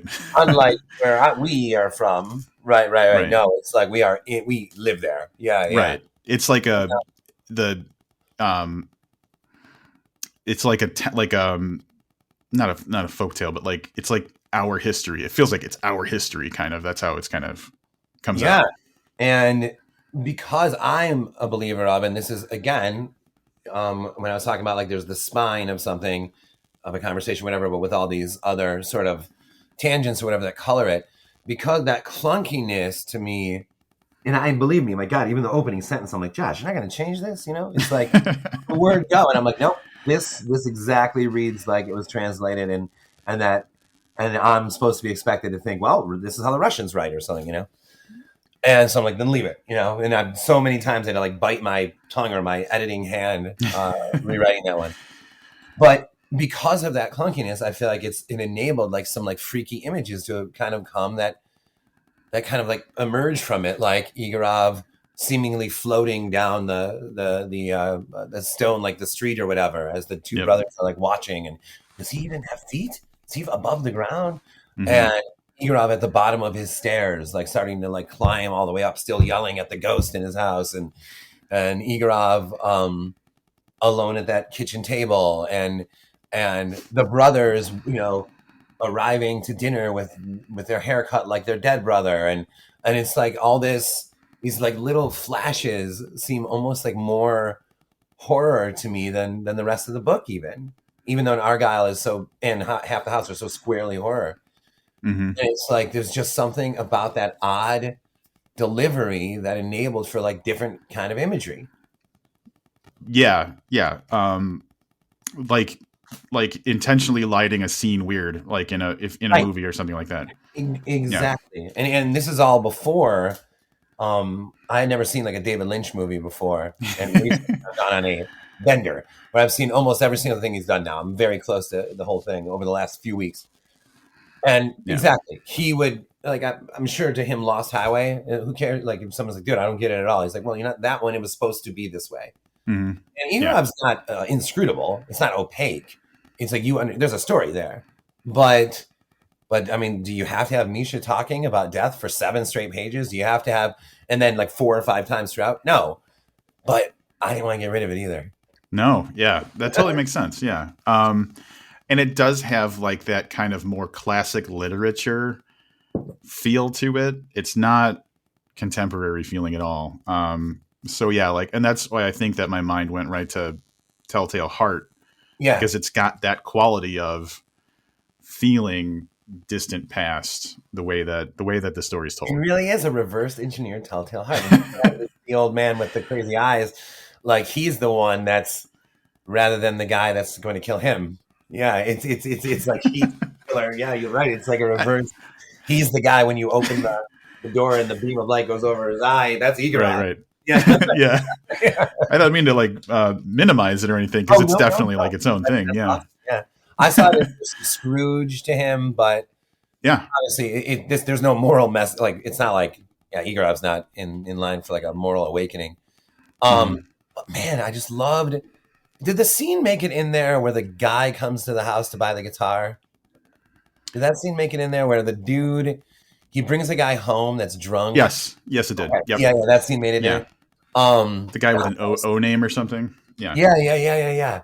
And yeah, exactly. Yep. And that scene I remember writing that and just being like, God, can you imagine going to this dude's house and you're like, oh, I'm just gonna go pick up a guitar. But once you're there, you almost felt like you were like in a spider's den, Yeah. and you're like, Like you oh, knew something was off. what the fuck am I doing here, man? I gotta get out of here. Well, the guitar is just down there in the music room, just down there. It's like, Right. no, you know what? I don't play. Actually, I was lying. I gotta go.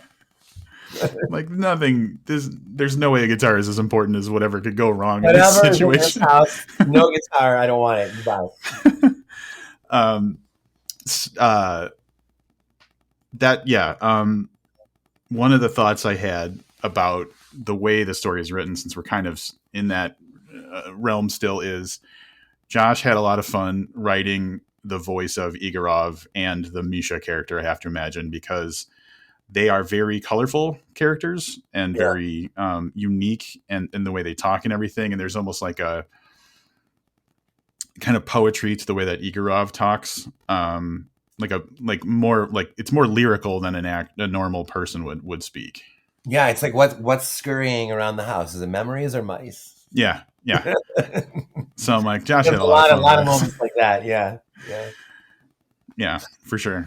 Yeah, But Misha though, like man, what a thing to play with. Like because I'm no like Agatha Christie, and I've tried to do like a sort of procedural before and this kind of thing, like with with an investigator and this and how does he get ready? And so Misha enabled me to like throw all that off because here's a guy saying, "I did it, kill yeah, me, please," and that's so a good I was point. able to like occupy all the procedural with Misha while isolating the two brothers and Igorov. You Yeah. know, yeah, And for people listening, Misha, like Josh said, confesses to killing the brother and is just obsessed with death.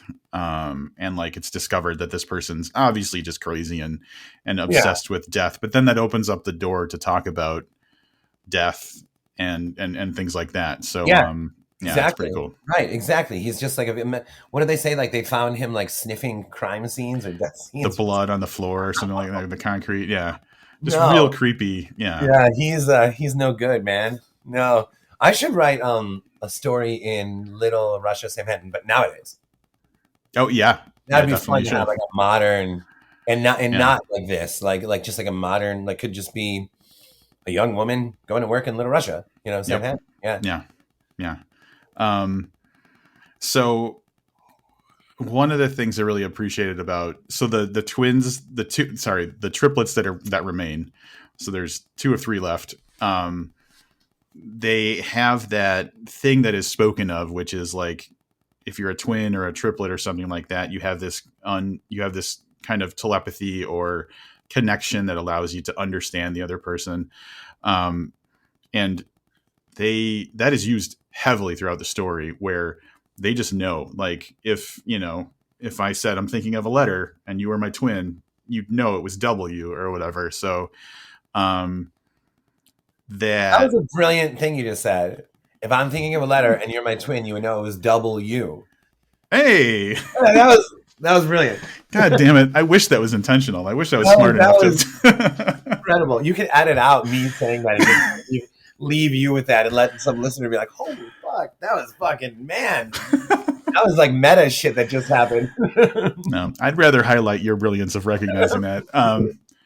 But yeah, so that's a thing that got used in here, and it really characterized them as like, but it also showed the depth of their connection. So like, and then analyzing the idea of having part of your connection severed is really traumatizing.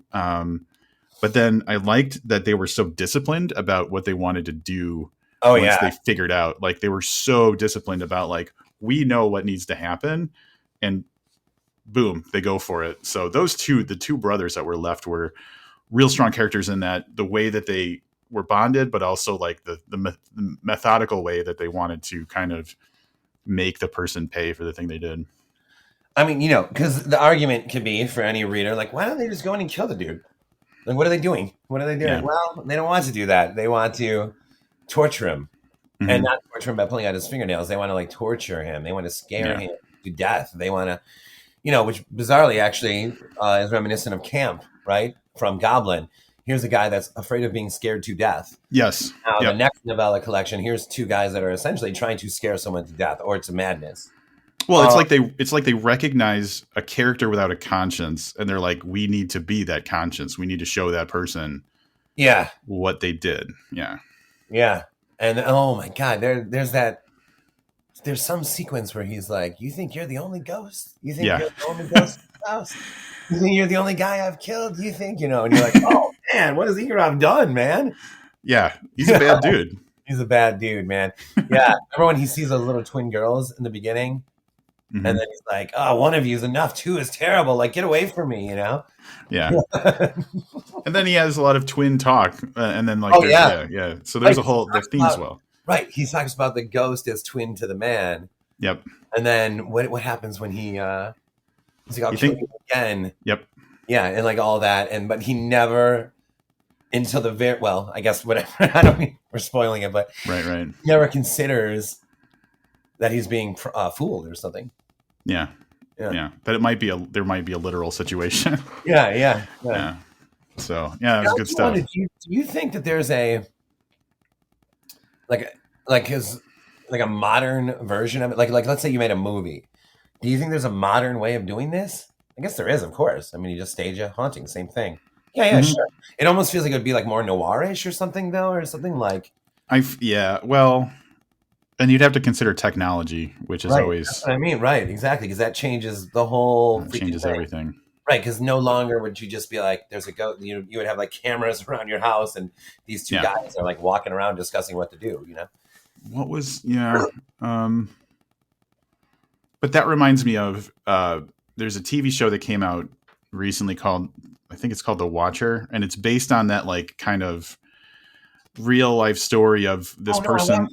Yeah. Yeah, yeah, yeah. Yeah. So like the way that was structured, where like people could sneak in and out of the house, and all this weird stuff was going on. I Oh, feel you're like right. you, Though. You're right. You're right. If yeah, you and that was a weird show, by the way. But if yeah, you so weird. But Alice and I were like, "Is this good or is this not?" We could not tell, but we watched the whole thing. I had COVID when we watched that, and I was like on the couch, like fevered, like watching that with Alice. And she didn't get it, man. Unbelievably, I had it twice, and we were, I don't know if intimate's the right word, but whatever, right next to each other all day, yeah. hours before I was tested positive, and both times, and she didn't get it either time, and had Good no. for her. Yeah. Anyway, Yeah, so I've managed to avoid COVID so far, so I'm awesome. knocking on wood. Yeah. So I don't know. It's like I don't mean to say this in a pat myself on the back way, but it is something that like you can't help but notice in the field of horror or whatever. I don't like those who are like bestsellers. I really can't imagine any of them doing something like Igorov. And there's something like maybe Stephen would, I and was yeah. yeah, yeah, maybe he because he stretches for sure. Hmm. Um, but there's a lot I can't and I'm not like even saying this in like a negative way. I You're am just trying to imagine who's the person that would do that. Yeah, yeah, now also it's like I pride myself and I pride other artists on like I don't want to say taking a risk, but stretching. yeah, And yeah. so there's something there. Like the reaction from Trisha was a little weird to Igorov. The reaction from the audio guy was like, "Who this one?" And I'm like, "Yeah, but this is exactly what I want." And there's something that was a sort of a landmark moment for me in this publishing experience so far. Where if this was the first book I ever did, I swear to God, I think right away I would have been like, okay, no, we can cut it. We'll use it somewhere Yeah. else. You know what I Hmm. mean? But now it's like, hold on. This is potential. Let's do this. Let's Uh-huh. let this breathe. And there's seems to be like a stepping stone moment about that to me or something. No, and it's interesting that you it's I was kind of surprised that you seem less like certain of it maybe than I would think you would be, because like like if I just sold it as like, a triplet is murdered and the remaining siblings Yeah, basically stage like a reverse Telltale Heart, I don't know who wouldn't want to read that. So yeah, like I don't think the barrier to entry is necessarily I don't really think there's much of a barrier entry there. Yeah, no, maybe But you're right. I might be overstating all this, but in like it's true, you're right. But in the office, when you're alone with it and you're like, yeah. and literally no one's there, and you're like, is this thing's gonna go in there? You know what I mean? Like next to Doug Mhm. and Judy, like this is going in there, and and then you send it in, and you can tell the reactions like, "Ooh, this one's pretty wild." At that point, you start saying to yourself, like, is okay? No, we're fucking doing it. But you're right. Like a horror fan, no one's gonna walk away being like, "What was that experimental madness?" Right, right. Right. But no, I get what you're saying, and I think the stretching. So this is actually something that I've been thinking about lately, and I'm gonna call back. We had a conversation in because I recently listened to our August 2020 interview on Booked, and we were talking about the moment in horror and everything. And you said something like, "I don't know, it's going to be really hard to beat like the summer of 2020 or whatever." You said something Yeah. along those lines. Yeah. And fuck, man, I think that right now, what's happened between then and now is that the kinds of stories that are getting attention and building momentum and stuff are like the tide is kind of the focus may be shifting in that stretching direction, I think. And I Yes. wish I could think of like a good example off the top of my head, but I feel like now is probably a time for that type of thing to grow. Could not agree more. And that also is true of the film side, like 100%. Like people, Yeah. I understand like stream does well and stuff like that, but like people, I mean, Skinamarink had a theatrical release, man. Yeah. Like, and like some of these movies that like are doing well, like Barbarian with this like insane left turn and all this. It's like never. I honestly, this is not hyperbolic to say that never before has the genre been as elastic as it is right now, Yeah. and readers wanting something fresh. But at the same time, I don't know. Sometimes you'll see it's still like a haunted house book or something that still like kills it or something or something. You know what I mean? Yeah. But and I'm not saying that even in a bad way. I think, and just put it this way, a large swath of the readers are more open now to like anything goes and want something fresh. Like there's absolutely no question about that. And same with the Mhm. movies. We're all excited to see someone like going for it. Yeah. Yeah. I was talking to Keith Rawson. He's got a book coming out called Fever House, which is just fucking wild. So if you haven't read that, but like he has a unique take on zombies in his book, and I think if I remember correctly, like part of the conversation was like, again, we're in a time now where instead of just latching onto a trope and doing the trope, you can like turn the trope, you can flip the trope, you can do your spin on it and stuff like that. So yeah, like yeah, it's a thing. I mean, it's almost tempting to like with that third Bird Box book, to the whole they're gone, and they are Yeah. like that's tempting too to have the third book is like they're gone. Like that would be like the weirdest thing, the most unexpected freaking thing you can imagine. Yeah. Like a sequel is what do you mean they're gone? Like there's no yeah, number 3 doesn't have any creatures. Like that's Yeah. like there's something amazing about that. Right, right. Like And that's like even if nobody's into it, it's like that's different. and if in my mind I'm like if I wrote that book it would be terrible, but I know Josh can make it work. I just again I think it has to do with in Bird Box, it was how long can you maintain this tension of, what's going to happen to Mallory, what's going to happen to everyone. Yep. And so then this one would be like almost reverse engineered. How long can you maintain the tension of like before when something shows up? Yeah. Yeah. And there's the whole like I think I have seen a theme of, and again I can't think of exact examples, but like where a lot of stories are like dealing with the trauma of something. So like this is kind of a clunky example, but I feel like Halloween Kills Oh, is kind of like an exploration of generational trauma, obviously, yeah. but like dealing with the trauma of something and how like the lasting effects of it. So I feel like that's something that is definitely being used in stories more lately, and it's timely because we all went through a fucking pandemic together. Yep, absolutely. And that also makes sense of like something like Daphne makes more sense in that light too. Same thing. Oh my god, There's yeah. like anxiety as monster or Yeah. trauma as monster. And there's like something like it seems almost bizarrely meta to write like a Bird Box novel where nobody needs the blindfolds anymore. Yeah. Yeah, And that's because like, that's what the hell is this? because it sounds like the easiest thing, and it wouldn't be. It Yeah, would not be easy. It would be. exactly. Yep. It would be like Yeah. every goddamn door you open, it would still be on your mind. I mean, that this happened, and this was here for decades, you know. And And there would be the person who'd be like, probably upset that they were gone. Like, like my yeah, whole definition of my life is like, these are here and that's part of my life. And now oh that that's gone, man, it's like, the more we yeah, talk about this is like so appealing to me. Maybe I'll just yeah. write it and then not tell anyone. Like here we are telling everyone. Maybe I'll write it and not tell like my agent or something, and then like be like, hey, just surprise her. Hey, check this out. By the way, Yeah, that's awesome. Um, all right. Igorov. I feel like we did a good job talking about Igorov. yeah, And then the collection as a whole, man. So between the last time we talked was Mallory, and now I acknowledged it when we first started talking.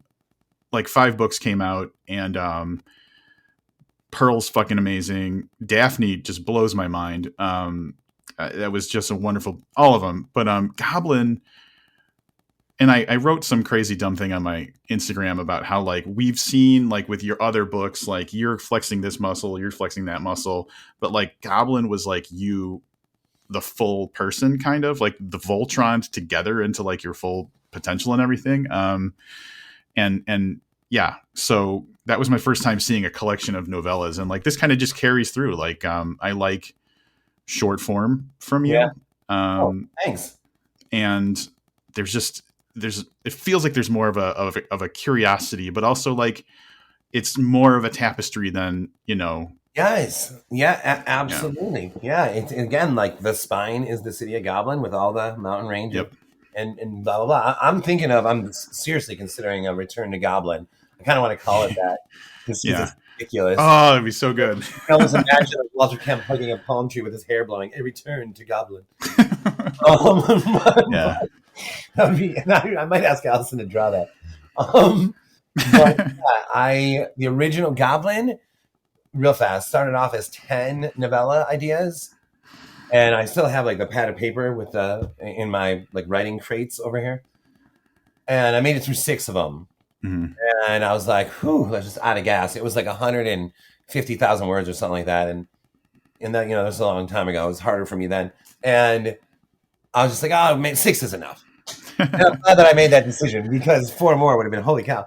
But yeah, Yeah. the point is, not only are there other ideas, there's other like still like original like from that batch ideas, Right. and that's kind of awesome to me. That's like, oh yeah, what about the West Fields and what about the florist and Goblin that you have that whole idea and da da da. So I have I have a fantasy of going back there.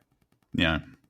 Well, I think one of the things that you're good at doing is um, there are characters or there's things that are referenced that aren't fully explored that there's always a potential to go back to. So yeah, I would say that Yeah, there's a probably million offshoots in that city, like the Art Goblin games, the arcade, and I mean, oh my god, what could happen there? Like with a yeah. maybe like a grown man or something, or a grown woman obsessed with winning a game. Because really, Goblin's all about obsessives.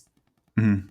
Every single character is obsessed with something in there, whether it's bagging a great owl, real magic, an ode to his planting a bush that turns into the hedge maze, ode to his wife who passed. Mhm. It's like obsessive behavior. So yeah, it's Yeah. fun.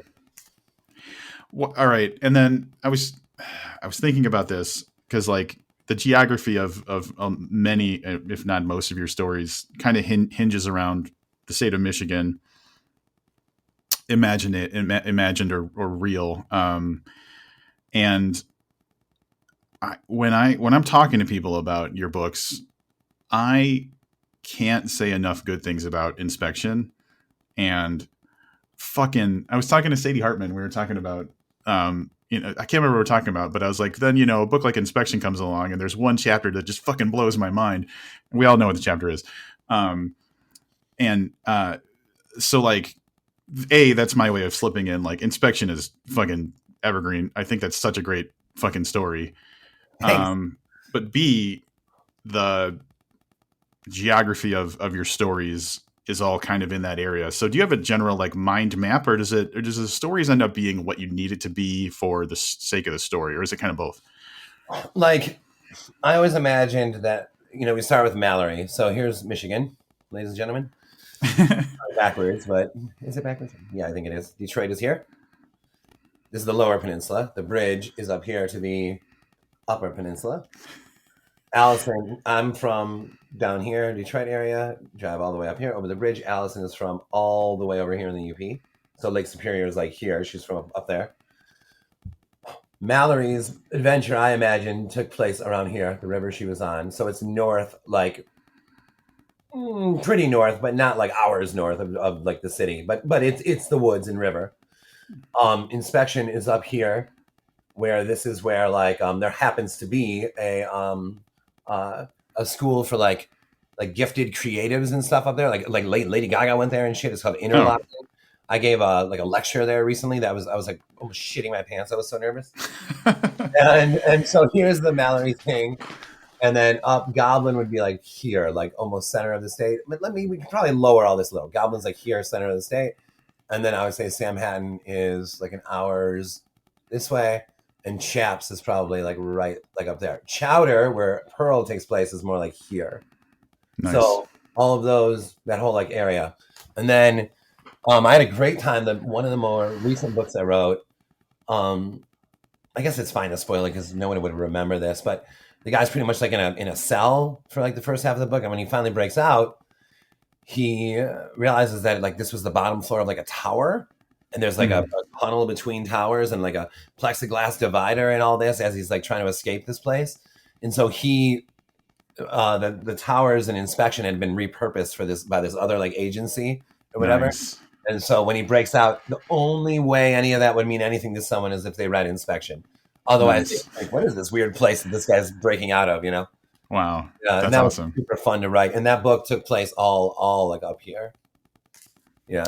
Yeah, I figured that there was a method to it, but not being from Michigan, it was just not as, Yeah. Oh, the weirdest one. Which city is it? Which city is it? I think it's Sam Hatton. Here, let me just look real fast. Because this is weird if this is true. I think that on the map in Unburied Carol is Sam Hatton. Oh. Oh, yeah. I didn't even think there was a map. Yeah, there it is. So there's the map at the beginning of Unburied Carol. Nice. And Sam Hatton is right up here. Very cool. Yeah. Wow, I haven't pulled this one off the shelf in a minute. Do not bury, not dead. On my way. Awesome. Well, documentary. We want to make sure we talk about this documentary before we hit the like 3-hour mark. Man. So for a while now, I just have felt like, and I'm not saying, I'm not throwing shade at anybody who does, but I just feel like I don't speak Twitter. Okay. I don't really like speak the language. To me, it's it's an angry place. It's a negative place. I understand people have done well there. I've had fun there. I've had fun. Like I've read amazing things people say about me, and I say amazing things about other people, and blah blah blah. But in a general sense, I just don't speak that language. I just don't. It's not in me. I don't know. I'm not like, let's all engage on this. I'm not asking for, I don't know if sympathy is the right word. I don't know the right phrase. I'm not coming from a place, whatever the spirit of Twitter is, I'm not coming from that place. And so it's just never like, we've just never, no spark there. And kind of in general in social media. So it's like, okay, how do I express how I feel about writing and this and that isn't this, and right. Allison says to me like, you're a lot better on video than you are maybe in short declaratives or permanent opinions. Why don't you do something like TikTok, blah, blah, blah.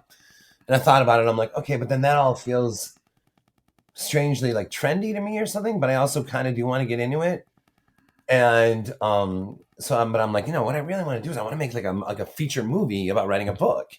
Like I want to make like a documentary. So 2 books ago, I was like, okay, let's do it. Well, I guess it's 3 books ago now. I'm like, let's do it. And then I was like, oh man, dude, writing a book is enough. I don't want to I didn't make a movie, so no. 2 books ago. We're gonna do it now? No. And then whatever. It is actually 2 books ago now. I was like, this time you're gonna do it, and I'm like, yeah, let's do it. Fine. And so I tweeted out about it that I was doing it, and there's these producers that are helping us shop Carpenter's Farm to TV right now. Nice. And they wrote me, they're like, hey, we saw this tweet of yours. I don't think we've ever seen a documentary about writing a book before. They're like, I don't think we've ever seen this. Like, can we help you produce this? My original plan was film this, edit it, put it on YouTube. If we had something like that of like Stephen King with Cujo, we'd lose our minds. Yeah. It was some shitty hour-long thing that he made, and talking about Cujo, and he's just eating breakfast and he's writing. We'd be like, this is awesome. So that was like the plan. But with their help, they got me better like audio gear, a better camera, and the coolest thing was that I would film, and it would immediately go to the cloud. They could view the dailies immediately.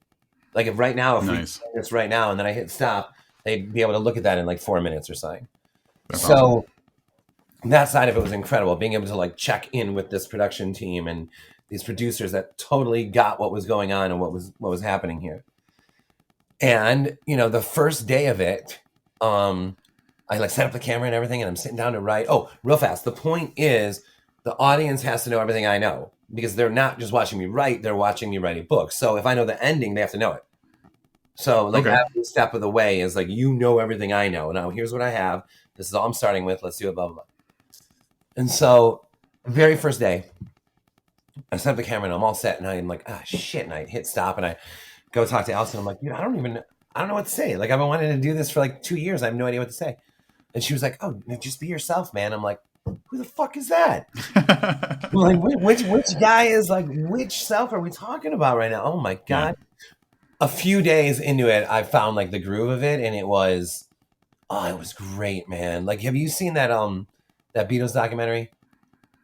The one where it was like live footage, kind of like in the studio. Yeah. Not the whole thing. I haven't seen the whole thing. I saw part of it though. Yeah. But it's more akin to that to me than it is to like a structured. It's just more like a fly on the wall of somebody in their office, like working shit out, losing their mind, so excited, struggling, to finish like a novel. It really is just the arc of writing a novel, and I feel like I did it in terms of like this is how I feel about writing, that I would never be able to express on Twitter, on Facebook, on Instagram. This is how I feel about it.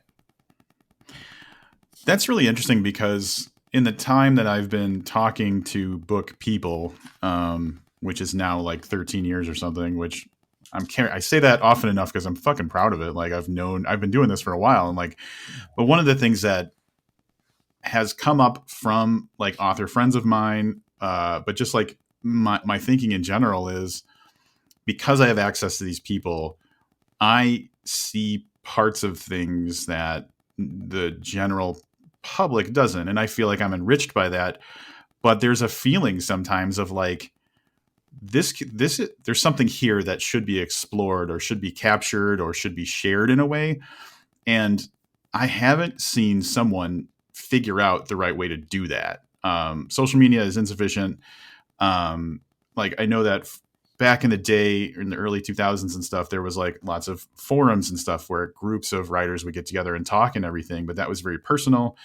There wasn't anything for general people to see about like the life of someone who creates and stuff like that. So, yeah, there is something to the person beyond the words they make, I think, that's interesting to explore. And it's, I've seen so many people feel like there's a need for that and not know how to do it. Yeah, it was like haunting me, because I would see like people, a lot of the times it would be like a negative thing. Either not me, but someone would say like, I have imposter syndrome, or I'm really struggling today. And these seem to get like a ton of responses. But if you're right, like, dude, I'm loving this session today. Yeah. Like, nobody online wants to, nobody wants. They're all like, who's this asshole? Right. And then I started to see phrases like toxic positivity online, and I know what people mean when they say that. I get, they're not talking about someone like me. I get what they're saying. They're saying someone who's like, don't be depressed, smile. Like, I know what they're talking about. Mm-hmm. But at the same time, it started to feel like where do I fit into all this? Because I don't, writing for me isn't imposter syndrome, isn't loathing myself, isn't, I mean, it's insane work. And I doubt, is this the right book to be writing right now? Or is this right? Or this right? But I have a million fail safes for that too, in terms of like, hey man, it's the rough draft. In the rewrite, we'll fix this, which I was talking about with the nonfiction book as well. So to me, it's like, if I'm not like, I don't want to say something like negative about like there's nothing negative. Like even if it's a lot of work, it's not negative. Like I doubt Yeah. David Lynch would be like, I hate making movies. Sorry, not English. But I don't think he'd say like I hate making movies. He'd be like, no, it's like a ton of fucking work, and it's like the fucking greatest thing in the world. You know what I mean? And then he Yeah. loves like painting. He loves, and I feel like the same way. It's like, yeah, man, it's super intense, and that means there's gonna be moments that suck. But there, man, the overall arc of it is, oh my, there's literally nothing better. Nothing better. Yeah. So how do you express that without and still connect with someone? Well, I think it has to do with like face to face. Yeah. And if I was just typing this all to you and you were typing that to me, like even that would feel different, let alone if we were talking about this like posting, right? Yeah. So the closest thing I could think is, if we're not going to sit down, and if I'm not going to sit down and have a drink with every single reader or everyone in the horror scene for one-on-one, the closest thing I can think is like, okay, I'm gonna make it like a 90-minute like feature of writing a book. Yeah. Like you're opening yourself up, like inviting people in, kind of thing. When I was thinking about this kind of idea, what I like to talk in analogies, and so I think one of the problems I have with, especially on social media, authors on social media, is a lot of the times when people are talking about writing their process and throwing advice at each other and everything. I know it's helpful, that I know it does for them what they needed to do, but to me, it feels like the coworkers in the like the out of shape coworkers in the office all telling each other how to like diet properly. Like there's something that doesn't feel, Yeah. you know what I'm saying? Like it's like nobody's succeeding, but they're all telling each other what their methods are, and it's all just like nets to nothing. And I know that I'm saying that as an example that's probably more critical than what's actually going on with authors. So please don't. I understand. I completely understand what you're saying. But Yeah. yeah, but then like what I would need if I was like, man, you know what? I want to lose some weight. I want to be more fit. I want to be more active. I don't need that person who's like telling me about keto when I watched you eat Cheetos like 30 minutes ago. I want the person who's just like, hey, let's go for a walk. Like, Right. Let's go. Let's do this. That's like Allison is like that, because I worry about that stuff too. And I've been working out. I think I just told you at the beginning of this, I've been working out for like only a week straight, and I Yeah. already a different human being. Yep. And yeah, no, I know exactly what you mean. It has like, and oh man, there's a whole section in that documentary about like imposter syndrome, and I just don't even understand the phrase. I mean, I of course I do, but I'm like, this is why this is like our favorite authors have, your favorite authors have books that you think are bad. Your favorite authors ever have books that you think are bad. Yep. And like, and you think that there's some like pedestal that you're not deserving of, or you're not able to achieve. Like, what are we talking about here? Yeah. Even your heroes can do like bad, but you can't. Right. Right. Well, and isn't that a thing Like, that allow yourself to read a bad book, and then yeah. fix it in the rewrite, make it better in the rewrite. And isn't there a thing where it's like, stop comparing your work that you're working on to a polished, finished product? Like, Right. you can't be like, this isn't as good as my favorite book, while your favorite book at some point was probably a lot like this was. So exactly. Exactly. So the High Strung just put out like, without, it's definitely our most sort of like, I don't want to say polished album, but it's the sound is incredible on it. The producer's amazing. And we're all excited about doing another album, but I keep reminding us, like, don't aim for where this last album ended. Right. Aim for how did we start that last one? That was just me and Mark sending each other like VMs of us like a jinga jinga jinga jinga. You like that? Do you like that? Right. Today, and then awesome, and then it grew into like what it is. And same as that thing, where it's like, yeah, don't compare your thing to like finished, like some book that you love that's like brilliant and finished. You're like, it's the rough draft. But that is the beauty of the rewrites, man. The rewrites Yeah. is like, that's when you get like, okay, and you almost feel yourself switch. When in the rough draft, it's almost like something childlike, something like all effusive and like, blah, blah, blah, blah. And then the rewrite's almost like, all right, kid, get out of the room.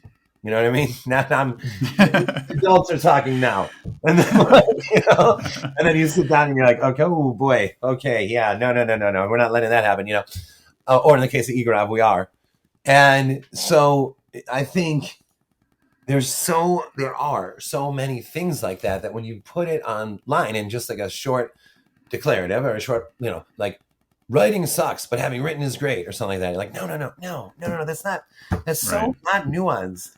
Yeah. There's lacking the experience of writing a novel and the philosophies behind writing a novel and all this are so rich and so deep that I can't even imagine. There just isn't enough room on social media to express it. Yeah. And part of that is just phenomenological. Some of it's just felt. Some of it's just experienced. And that's why I say, if there was a writer that was struggling with all this stuff, I'd be like you said, let's go take a walk. I'd be like, hey, let's get a drink together. Yeah. And then we sit down and we just talk about it. And it's not even necessarily what I would be saying or what you'd be saying. It'd be the vibe of the whole thing is, this is doable. This is not only doable, we can do something great. That vibe would be there the whole time. Not even if neither of us ever said those exact words. And that's what I hope that documentary is. So where is that in the process? So it's all done. It's all shot. And it is, the producers are, what's the right word? Trying out editors. I don't know the right word. We interviewed like a couple of different people to edit it. But even that seems like kind of strange to me. I asked them if I could edit it, just like I asked if I could do Igorov. And they also were like, no, we should get a pro to do this, which I understand. So. But like, yeah, I mean, you have a vision or you have a idea of what that experience is and stuff. So yeah, that makes sense that you would want to be involved in that. Yeah, because to me, it's going to be a strange documentary, I think, because most of the time a documentary has like the what's the right phrase? Like either stakes or tragedy or this like occurs during the documentary or something of that nature. This isn't that. This is just getting through writing a novel. Yeah. So, it might be like different. It could be like refreshing. It could be like, how like Ted Lasso is like a refreshing show because it doesn't have some of these other things. It could be refreshing in that way. But I mean, I don't know. I do have a fantasy of like editing it myself, but we'll see. The Malerman cut. We'll get it one year. Maybe like 3 hours long. It's just every second of footage that you took. All right. Well, we're probably coming up on our time, and we've talked for like 3 hours, I think, if we add it all up. So I feel like 1 hour for each year since the last time we talked, probably pretty decent, right? Yeah. And so novel-wise, because I know you're more of a person who's like, I've written stuff, and you've got more of a pipeline maybe than someone who's like, the book is just coming out, and now I just started my next one. So like, Spin a Black Yarn again is next. Is it the 8th or the 15th? When is it? August 15th. Yep. What's after that? After that will be Incidents Around the House. Oh yeah. About a year following, and I'm hoping to actually maybe somehow squeeze in this nonfiction book between the two. It seems possible to me right now. I think we'll see in the rewrite how like serious this is. But I'm imagining the fantasy would be that comes out around the same time or slightly before or after Incidents Around the House. That's awesome. And Incidents, that one, God, am I really excited about that one. And, it's such like a weird feeling like, I'm sure every author listening knows this. Like write a book and it doesn't come out for like 2 years at the best. And, the best case scenario.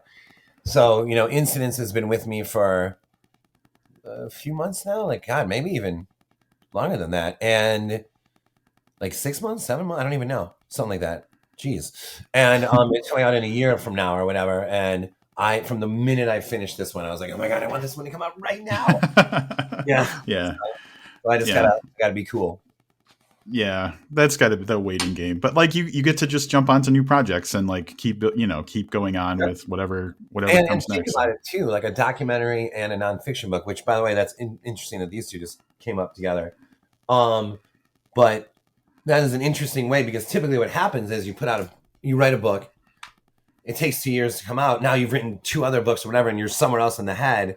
yep. But in this case, no, I'm still there with incidents. And a Hmm. documentary and a nonfiction are like they're not a new story. That's a good point. Yeah. Yeah, So creatively, you're kind of you're closer to this one. Yeah. yeah, exactly. Huh. I'm closer to the same spot I was in or something. Yeah. That's awesome. You're like one of my favorite people to talk to. Same. And very loved the book. I loved everything, obviously. And so thanks so much for taking time out of 2 days Yeah, it was to great. do this with me. It was really Yeah, cool. it was totally awesome, and I'm so glad that we decided to add the second one in. Yeah, Yeah. I'm excited to And like watch this. When this plays, is it what's the right phrase? When you're talking, it shows you. no, I do a two up, so you'll see us both at the same time. Oh, it does work that way. So Yeah. it's side by side. Yeah. Cool. Yeah. Oh shit, I was just gonna say something. Oh yeah. And one of these fucking days, I can't tell you how many times I've had it in my head where I'm like, Michigan is a pretty quick drive. Yeah, oh, yeah, So yeah. I'm just gonna have to bomb out. So if you end up doing events or something closer to Spin a Black Yarn or down the road, I'm gonna have to come up and because I've known you now since 2014, I believe, and I haven't seen you in person, and like that's just a crime. So Yeah, I have to change that. yeah, and that goes back to exactly what we were just talking about. Like you see someone in person, I feel like we do have obviously a sense Yeah. of each other, but you see someone in person and you just feel something that you can't get on camera. You can't get on. Maybe you can get in a book, but you can't get on social media. You can't. You just. It's a sense of that person. Hmm. Yeah. Yeah, I'm I don't just know what your handshake is like. right. Like, there's certain things that we just have to, yeah, get to. So